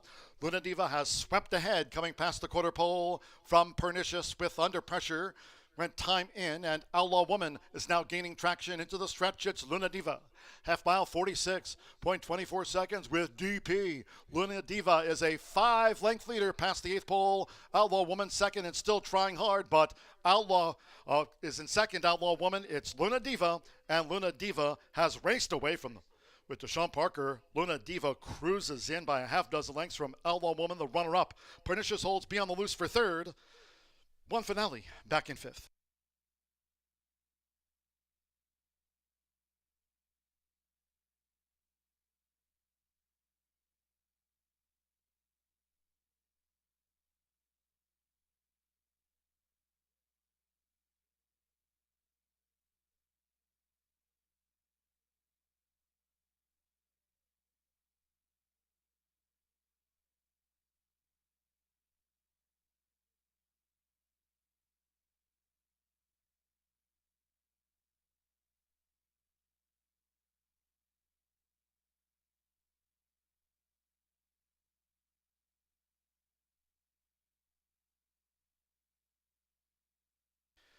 One 12.36 after the maiden filly sprint. 5-3-4-7. 1-5 Luna Diva. That's 7-1 first. Number 3 Outlaw Woman. And Diva Money was the runner-up. The 4 Pernicious at 9-2 third. The 7 Be on the Loose at 12-1 fourth, and 1-1 finale for the Pentafecta. So a couple of wins on the card for Deshaun Parker. Here for Tony Duran, a Rancho Monarca win. The daughter of Santiva, Luna Diva, out to the maiden ranks.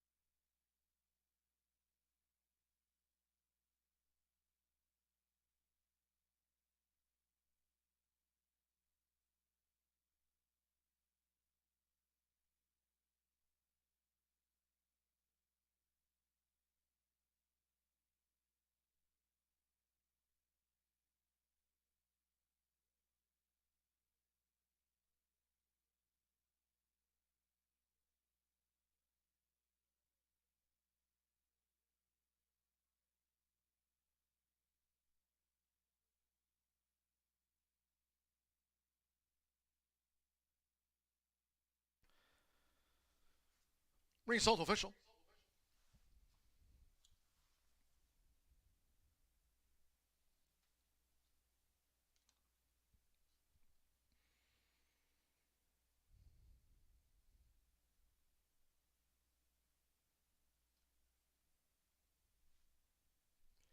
Stepping into the Murphy Trailer Sales Winner Circle, the 5, Luna Diva.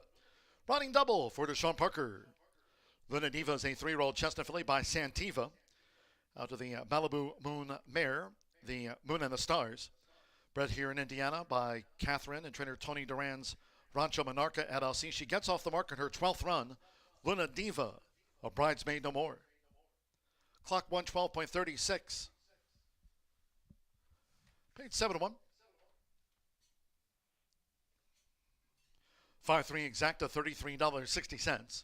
The 50-cent trifecta pays on 5, 3, and 4. 50-cent pick 3, 10 with the 12 with the 5, and even $932. 10-cent pentafecta, $128.16. One finale ran 5th.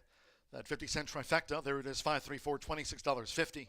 12, 5 double, $488.40. The 10-cent superfecta, $40.31. Beyond the Loose was 4th on debut. All 9 ran there in the maiden, 112.36. We go to the 9th of 10. And in the maiden juvenile mile, there are no changes. All 9 run. Exacta, trifecta, superfecta, 10-cent pentafecta. 10th race closing with a quarter horse maiden juvenile dash over the 350. Fast track, 10th race. Scratch the also eligibles. 11, 12, 13, and 14. 10th race. The quarter horse maiden juvenile dash. Scratch the also eligibles from the 10th and final. Fast track. Post time in 19 minutes at 6:24. Congratulations to Andrea Johnson, playing on track, picking up today's $100 top prize. There it is in Dooley's Legends today. Only a few more weeks left in the season. November 11th through the 14th is closing week here of the 2024 race meet. And Andrea Johnson had that 12 grand hideaway, was the only handicapper to have the 12 grand hideaway on top. And Andrea Johnson takes out the $100 top prize in today's edition of Dooley's Legends. Cheers to all who played.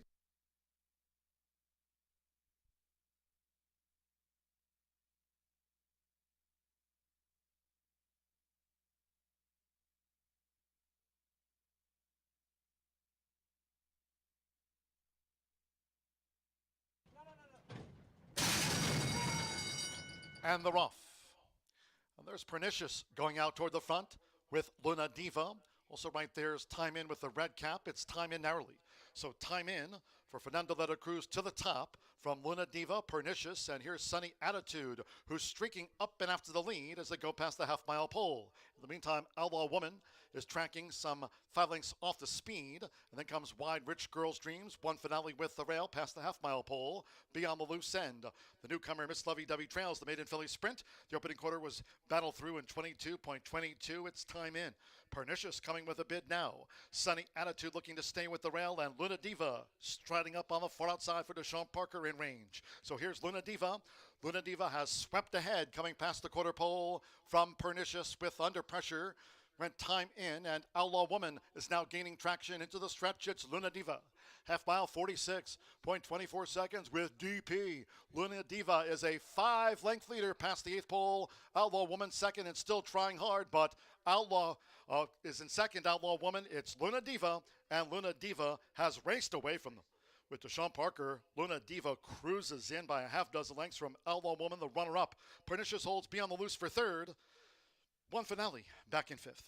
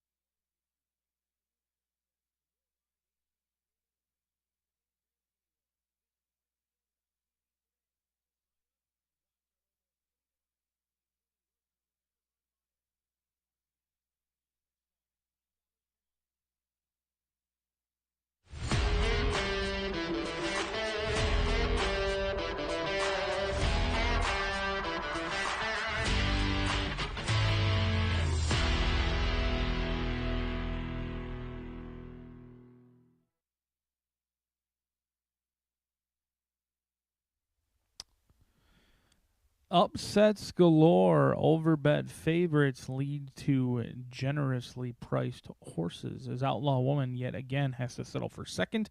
Deshaun Parker, the KG veteran, swings 4 wide, wisely takes off that 3-headed speed duel, and finishes with a 7-1 who looked more like an even money shot in the 8th race, 10 minutes away from the 9th and final thoroughbred event before we give way to Miss Martha Bachman, 350-yard sprint. No scratches and changes as we'll stretch it out quite a bit further than the 350-yard sprint upcoming in the 10th. We'll go 1 mile in here for 2-year-old boys bred in the great state of Indiana, and I happen to believe your inside runner is the horse to bet and the horse to beat. Breezy Justice, Joe Ramos for Justice Farms. They bred this one at home by Lantana Mob out of Breezy Point, a horse who debuted for Aaron West sprinting and was really never involved despite taking some action at 10-1 that day. Since then, maybe the plan all along was to go 2 turns. They tried 2 turns on the turf, and then they tried the main track. Went off at 17-1 and had kind of an awkward start and just really tired in the lane. Now, if we can break more alertly today, I think this horse is in with a big chance, has experience around 2 turns, and has hopefully built up some endurance over those last 2 starts, both on September 3rd as well as September 26th. Thomas Medina winning at 15% on the year here at Horseshoe Indianapolis, but even a touch higher in route races at 17% right now, 7-2 on the board. The 4 is Unbridled Hero. LTB Inc. owns and bred this son of Unbridled Express. Manny Esquivel looking for yet another winner as Gennaro Garcia looking to hold off Randy Klopp atop those trainers' standings. 0 for 4 on the career. They've tried a little bit of everything, sprinting on the main track, long on the turf, and it was a turf race in which they were bet down to favoritism, and it was a bad favorite, no doubt about it. Broke from the outside, a lot of unknowns, but someone lost a lot of money that day going off below 2-1 and really was ultimately never involved on a day you could not close in on the turf. Not sure this one wants to go this far, but has put up some numbers that are certainly consistent with this group thus far and is taking some action as well. 9-2 morning line, bet down right now to 3-1 with projections as low as 5-2. But the unknown horse in here, and the one who's stretching out for the first time, is Gin and Whiskey. Tavares Douglas and Edgar Morales. I'm known to never turn down a Gin and Whiskey. A 2-year-old colt by Al Nawi. This horse is kind of a replay horse, one that you may have found on the replays. Broke slow, was climbing early, maybe a bit green, was closing good ground late, and was closing widest of all. Now, that's a good sign. Visually, it was impressive. Closed really good ground as a sprinter. What people tend to fall into, though, is this horse went off at 35-1, closed into what is likely some tiring horses and a very slow time, almost 108 for 5.5 furlongs. And many people believe, well, the horse was closing, just needs more ground, a lot more distance will certainly help. That could be true, but just because they close going 5.5 furlongs doesn't mean they ultimately want to go 8 furlongs. So that's the big question mark in here. I think the horse certainly has a big chance to win, but I would not be settling for anywhere near 2-1 at this point. I'll play the 1 and the 4 at their prices versus Gin and Whiskey exiting a slow race at 1,000,000-1 and stretching out for the first time. We'll see how it plays out 7 minutes from the last and final thoroughbred race, and then stick around as Martha will take you through the quarter horse event.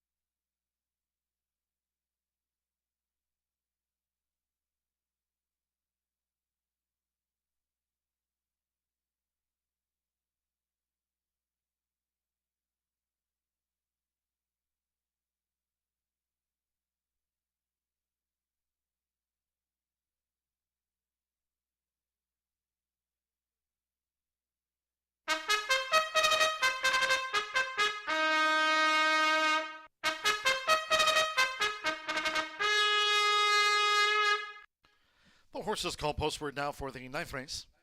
This maiden juvenile mile, a field of 9. No changes here in the maiden mile. Exacta, trifecta, superfecta, 10-cent grand high 5. Pentafecta wagering featured, and this starts the late double. 10th race closing the card with a quarter horse maiden juvenile dash over the 350. Fast track from the 10th race. Scratch the also eligibles. 11, Tell Her She's a Boss. 12, RR Crown This Jess. Take out the 13, Mr. Coast to Coast Top End, and 14, MG Kangora. 10th race, that quarter horse maiden juvenile dash over the 350, scratch from the 10th. And that's the finale, the also eligibles, 11 through number 14. 2 minutes post time.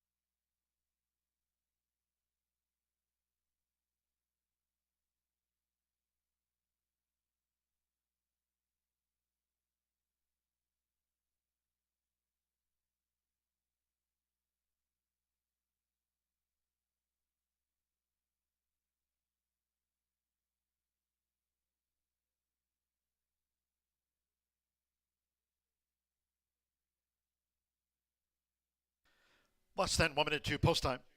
Less than 1 minute.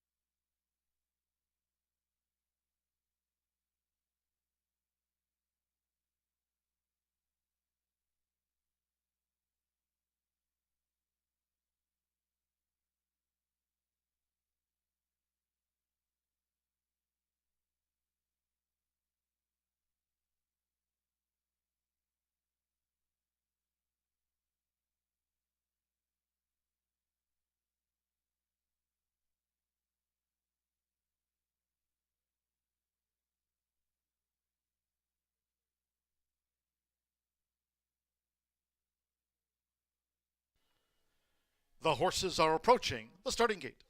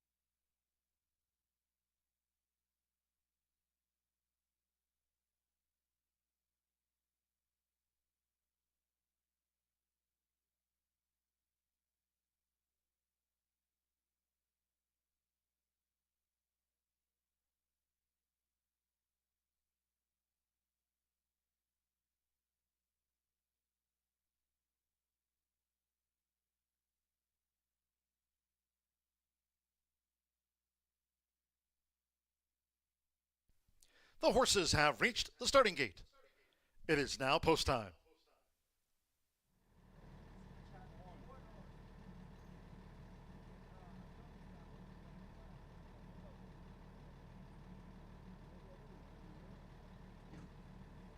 Loading for the maiden mile. Fernando de la Cruz with Terminally Handsome. Joe Ramos, Breezy Justice has the rail draw. Edgar Morales with Gin and Whiskey was third here on sprint debut. Gin and Whiskey went in well. Andres Calleja with Truth Juice. Gene Elliott with Recalculating to post 7. Here all 9 run. Josh Morales, Engine Soul Loaded. Manny Esquivel, Unbridled Hero coming up. Eddie Perez and Dewey Oxberger doing a 24-1 chance over the mile. Unbridled Hero right now the 8-5 favorite, and one more. Oscar Villarreal and 5-time started Bold Justice for the mile. They're in the gate. They're off. Terminally Handsome broke slow, drifts back to last. Fast start for Gin and Whiskey. Right there, Bold Justice and Dewey Oxberger with an early bid as they charge into the first turn. Engine Soul is toward the inside. So here's Dewey Oxberger for Eddie Perez. Dewey Oxberger taking the initiative. It's Dewey Oxberger to the front at the 6.5. Leads here Gin and Whiskey by a length and a half. Similar margin. Unbridled Hero is settled in third. Engine Soul recalculating in fifth. Bold Justice is a wide sixth as Dewey leads them up the back. Then farther back to Breezy Justice, who settles in here for Joe Ramos. In front of slow starting Terminally Handsome, and Truth Juice has dropped back to ninth and last. The first 2 of 8 furlongs for Dewey Oxberger. Clock 24.96 seconds. Dewey Oxberger leads the mile. It's Dewey Oxberger to a half mile from home from Gin and Whiskey still tracking. Unbridled Hero in third. As they enter the far turn, the half mile in 49.23 seconds. Recalculating is in fourth. Engine Soul fifth. Then comes Breezy Justice with Terminally Handsome. Bold Justice is dropped back, and the trail remains Truth Juice. Here's Gin and Whiskey. Gin and Whiskey, Unbridled Hero. Dewey Oxberger is under pressure now. Breezy Justice and the red cap is drawing in. Here comes Breezy Justice, who's set to pounce on these leaders. Unbridled Hero and Gin and Whiskey as they straighten away. It is Gin and Whiskey, Unbridled Hero, Breezy Justice trying to sustain this long drive and still has 4 lengths to raise and a furlong to do so. It's Gin and Whiskey, Unbridled Hero's nosed in front. Breezy Justice still coming hard on the far outside.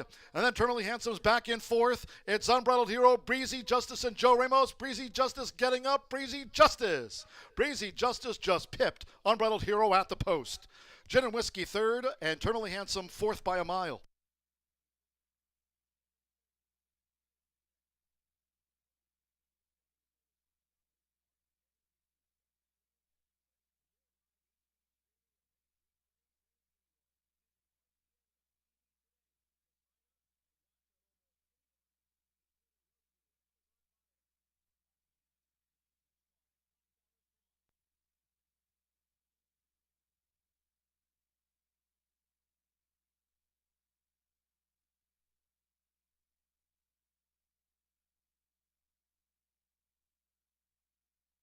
$142.28 after the maiden juvenile mile. They've called for a win photograph. Hold all tickets.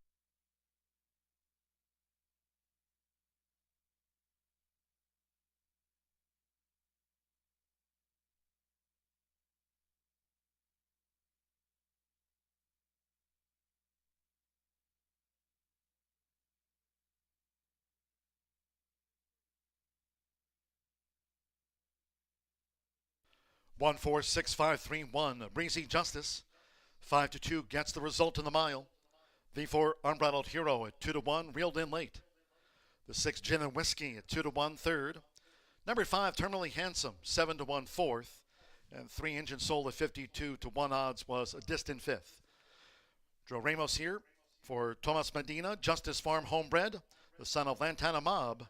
Breezy Justice out to the maiden ranks.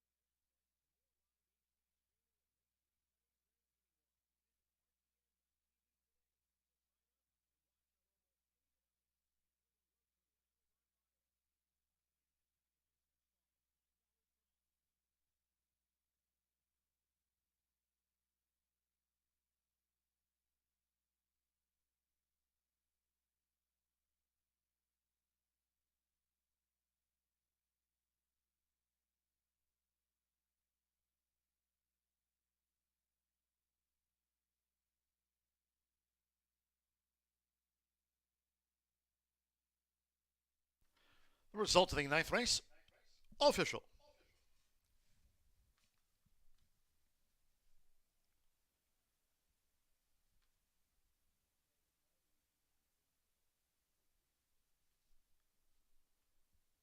Returning to the Murphy Trailer Sales winner, circle the 1, Breezy Justice with Joe Ramos. Breezy Justice is a 2-year-old. Dark Bear Brown gelding by Lantana Mob.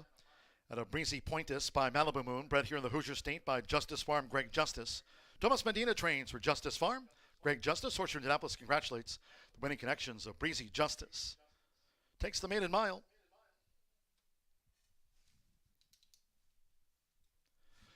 The 1-4 exacta, $24 even. 50-cent trifecta paid $19.85. 5-1 double and even $60. The 50-cent late fire 5 popped for $15,445.90 on 5 of 5. Nice payout today on the late fire 5. 50-cent late pick 4 returned $5,041.45 there. Terminally handsome 4th and was well clear. The 10-cent superfecta 1465, $11.10. 50-cent pick 3, 12 with the 5 with the 1 pick 3 and even $948. The 10-cent pentafecta paid $53.17 with Engine Soul well back in 5th. All 9 ran. 10th and final, closing with a quarter horse maiden juvenile dash over the 350. Scratch the also eligibles. 11, Tell Her She's a Boss. 12, RR Crown This Jess. 13, Mr. Coast to Coast Top End. And 14, MG Kangora. Scratch the also eligibles. Exacta trifecta superfecta. 10-cent quarter horse pentafecta. Post time slated for 6:51.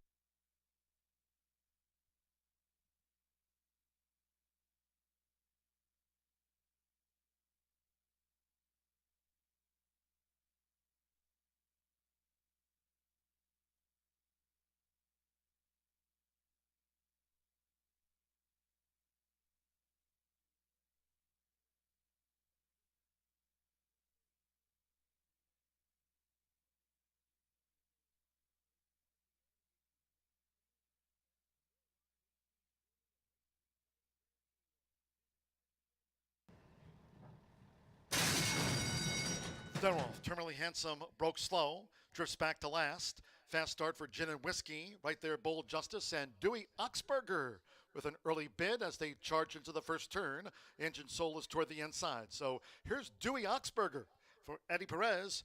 Dewey Oxberger taking the initiative. It's Dewey Oxberger to the front at the 6.5. Leads here Gin and Whiskey by a length and a half. Similar margin. Unbridled Hero is settled in 3rd. Engine Soul recalculating in 5th. Bold Justice is a wide 6th as Dewey leads them up the back. Then farther back to Breezy Justice, who settles in here for Joe Ramos. In front of slow starting Terminally Handsome and Truth Juice has dropped back to 9th and last. The first 2 of 8 furlongs for Dewey Oxberger. Clock 24.96 seconds. Dewey Oxberger leads the mile. It's Dewey Oxberger to a half mile from home from Gin and Whiskey still tracking. Unbridled Hero in 3rd. As they enter the far turn, the half mile in 49.23 seconds. Recalculating is in 4th. Engine Soul 5th. Then comes Breezy Justice with Terminally Handsome. Bold Justice is dropped back and the trail remains Truth Juice. Here's Gin and Whiskey. Gin and Whiskey, Unbridled Hero. Dewey Oxberger is under pressure now. Breezy Justice and the red cap is drawing in. Here comes Breezy Justice, who's set to pounce on these leaders. Unbridled Hero and Gin and Whiskey as they straighten away. It is Gin and Whiskey, Unbridled Hero, Breezy Justice trying to sustain this long drive and still has 4 lengths to raise and a furlong to do so. It's Gin and Whiskey, Unbridled Hero's nosed in front. Breezy Justice still coming hard on the far outside. And then Terminally Handsome's back in 4th. It's Unbridled Hero, Breezy Justice, and Joe Ramos. Breezy Justice getting up. Breezy Justice. Breezy Justice just pipped Unbridled Hero at the post. Gin and Whiskey 3rd and Terminally Handsome 4th by a mile.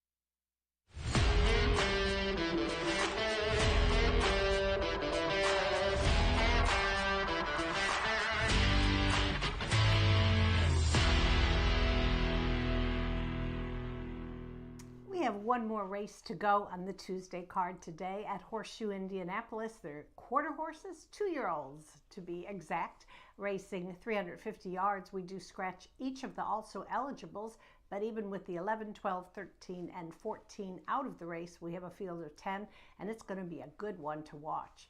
All right, we'll go to the paddock, and I'm going to begin by talking about number 5, Louisiana in Love.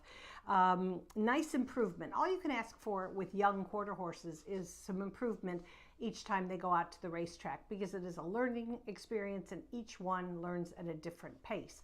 All right, so what happened was on September 24th, trainer Ron Raper sent this filly by the Louisiana Cartel out. She was bumped and kind of didn't even get a good start to the race, but came closing really, really nicely, all the way from almost the back of the pack to a nice runner-up finish. That recovery was important for me to see. Aaron Hunt was this rider and, you know, just really, really guided her beautifully, and he's got the call today. So I think this filly is a real strong contender in our finale. 2 entrants by current, well, actually last year's leading quarter horse trainer, Tony Cunningham, who's now tied with Tim Eggleston for the lead. Of course, we got several more weeks to go before we're going to crown our champion. He's got 2, and I kind of am going a little bit more with number 10, Famous Mystery. This is a filly by one of my favorite stallions. You know this very well, Kiss My Hawks.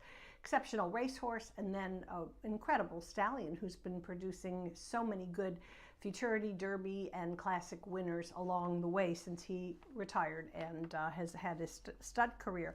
Now, this filly, she's only made 3 starts. First was at Remington Park, and then she came up to Indy to Tony's barn. She ran a real good race in her first start here. It was, I think, on August 5th, and she ran second. Then 3 weeks later, same level, maiden 17,000. She came back, and there was no excuse, but she just finished 7th. Okay, so maybe you don't want to see that pattern, but the fact that she's got that far outside post under El Danny Martinez, and she did have the one good race previously, I'm going to give her a chance in our finale. All right, we'll go next to number 2, Bayou Master. First-time starter, trained by Tim Eggleston, sired by Valiant Master. And if you look at the PAL in the program, that stands for Palomino. That's that gorgeous, gorgeous tan color horse, very popular in Westerns. And you don't see too many on the racetrack, but they always command a lot of attention, not because of the color of their coat, but they've got long, flowing, gorgeous tails. So I think people are going to enjoy watching Bayou Master run this gelding. We'll see how he does. Had a bullet work just a few weeks ago, so possibly ready for the debut. Of course, with young horses, sometimes they do need a start or 2 before they fire. Young rider Eduardo Luna Diaz riding exceptionally well for the Eggleston barn, so we'll see how little Palomino does. And then I'll round out my top 4 with number 7, that's DLJ, Eagle Diva's Girl. Now, she, I'll tell you what, Rodney Dangerfield doesn't get any respect. Double digits, 4 starts in a row, and for no reason, really. Real good pedigree. She's a daughter of Freight Train B. Yeah, bred in Louisiana. I don't know why you would knock her for that, but she just never gets any respect. And I think from that outside post, a 7-hole, I think she's going to be just as compatible as Tony's other entrant in our finale. Francisco Quintero has the call on this filly. So I'll go 5, 10, 2, 7. Of course, want to remind everybody, noon start on Saturday for Indiana Champions Day. Start off with those great thoroughbreds, plenty of stakes action, and then we finish the card with 4 futurities and 4 stakes and 2 consolations. So 6 great quarter horse races. I cannot wait to be there handicapping with Rachel, and we're going to have a great day. So we'll see you there Saturday, but we'll be back tomorrow for lots more racing action, including a quarter horse finale.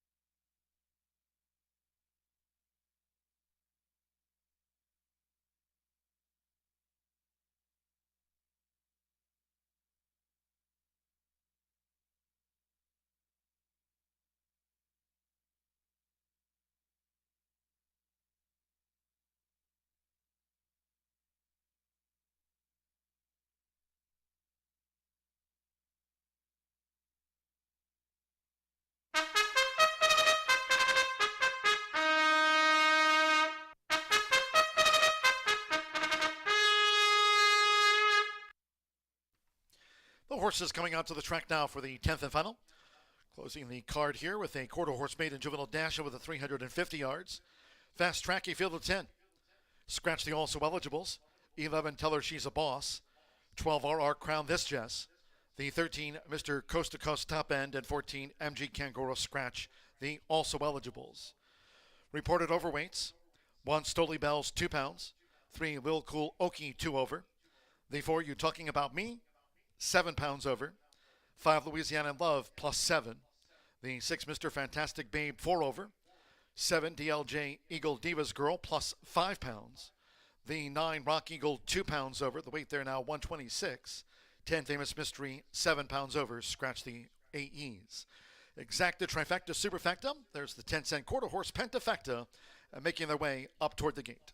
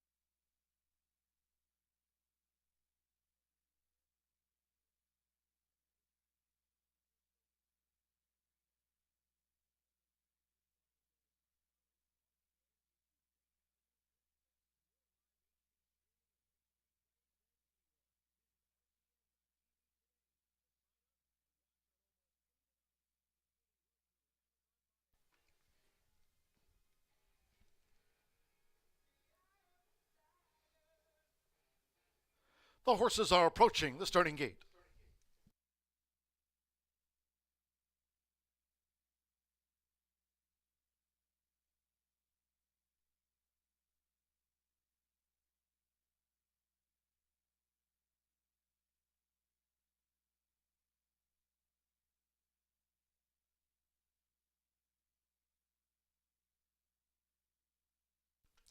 The horses have reached the starting gate. It is now post time. Rock Eagle first up. Uses the flipping halter. Rock Eagle as leading quarter horse jockey this season. Edgar Diaz with 27 wins here this season. Indiana Champions Day on Saturday. First post at noon. This coming Saturday for Indiana Champions Day. Hope you can join us at the weekend. Stoli Bells, Bayou Master, the Palomino going in. Mr. Fantastic Babe drew 6. Now DLJ, Eagle Divas Girl coming up. Lil Cool Okie. 2-1 final favorite, Lil Cool Okie. You talking about me? You talking about me went it well. Louisiana in Love. HF Let It Go, so stand by. Waiting for Louisiana in Love, and Famous Mystery will be last. Lil Cool Okie, 2-1, the final favorite. You talking about me? Getting fractious in the gate. You talking about me? One more. Danny Martinez with Famous Mystery. 350 yards, fast track. Wednesday post time 2:10. Here comes the last, all in. Off the finale. Famous Mystery over here on the stand side. You talking about me toward the inside. Stoli Bells, the Palomino Bayou Master past the 220. Lil Cool Okies coming with a charge. On the outside, Rock Eagle and HF Let It Go looks to get involved. HF Let It Go, along with DLJ Eagle Diva's Girl. It looked like HF Let It Go on the wire in a photo with Famous Mystery, DLJ Eagle Diva's Girl, and Bayou Master.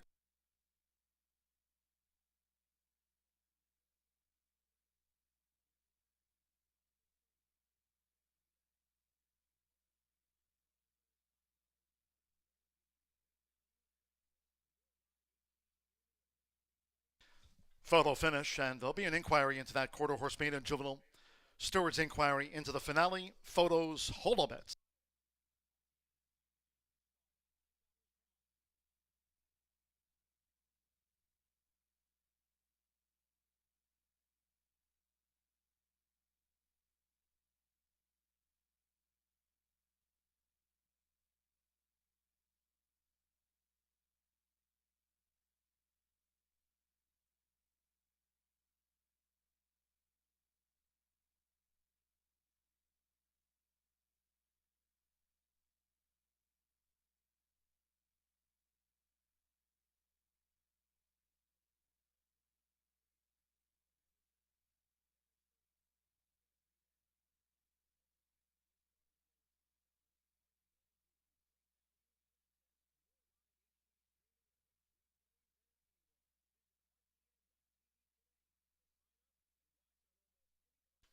.383 was the 350-yard time. Fast track, 18.383 seconds. We're standing by for the running order and reminding all there is an inquiry into the finale.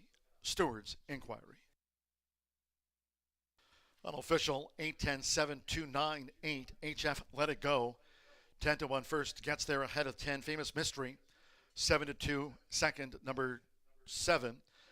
DLJ Eagle Diva's Girl. 6-1 third to Bayou Master. 7-1 fourth, and Rock Eagle for the Pentafecta. So Juan Marquez for Natasha Perez. Another win here this season.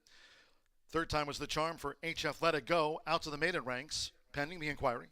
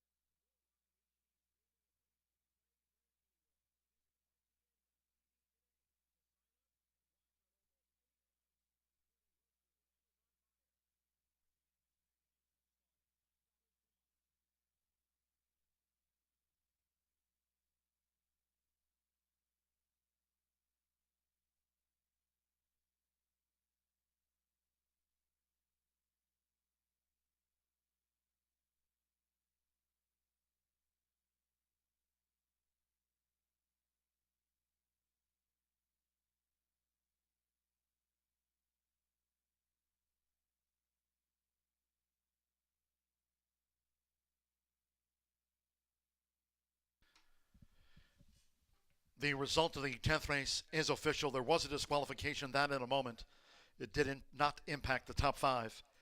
In the Murphy Trailer Sales Winner's Circle, the H8 HF Let It Go with Juan Marquez. HF Let It Go. 2-year-old Bay Filly by Jess Zuman out of Relentless Storm by Reckless Dash. Bred here in the Hoosier State by Abigail Lee Hafner. Natasha Perez trains for Dirk D. Hickson. Horseshoe Indianapolis congratulates the winning connections of HF Let It Go. 8-10-7-2-9 official. There was a disqualification, that of number 4.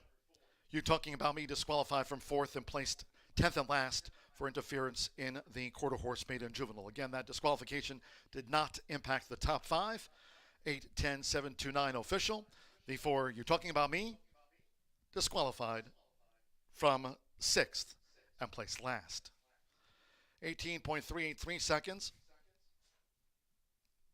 You Talking About Me breaking from post 4 and broke outward, causing that jostling among rivals, including Louisiana in Love, and Mr. Fantastic Babe got the brunt of that. The 4 You Talking About Me, yes, disqualified from 6th to last. Price is up. 8-10 exacta paid $124.40. 50-cent trifecta, $154.35. Bayou Master the Palomino ran 4th. The 10-cent superfecta, 8-10-7-2, $232.61. 1/8 to late double paid $65.80. Pick 3, $396.85. The pentafecta, $2,506. The 10-cent superfecta, 8-10-7-2, $232.61. And that pentafecta completed by 9, Rock Eagle 5th. That 10-cent quarter horse grand high 5, $2,506.51. Final pick 3 on the card, pays on 518. That concludes our live racing program for today. We thank all that joined us here at the races. Cheers to all who tuned in. Live racing resumes on Indiana Champions Week. Our Wednesday card kicks off at 2:10. Don't forget, live cards tomorrow. Thursday post time 2:10. And then with no live thoroughbred and quarter horse racing here on Friday, Saturday, the big 5th annual Indiana Champions Day. Hope you can join us for the big day here in the fall, Indiana Champions Day this coming Saturday. First race post time at noon Eastern. You can always follow us on social, on X at HS Indy Racing. Subscribe to our YouTube channel at Horseshoe Indianapolis Racing. Until next time, for all of us here at Horseshoe Indianapolis, it's been my pleasure from the broadcast booth at the start of Indiana Champions Week. Track announcer John G. Dooley saying goodnight.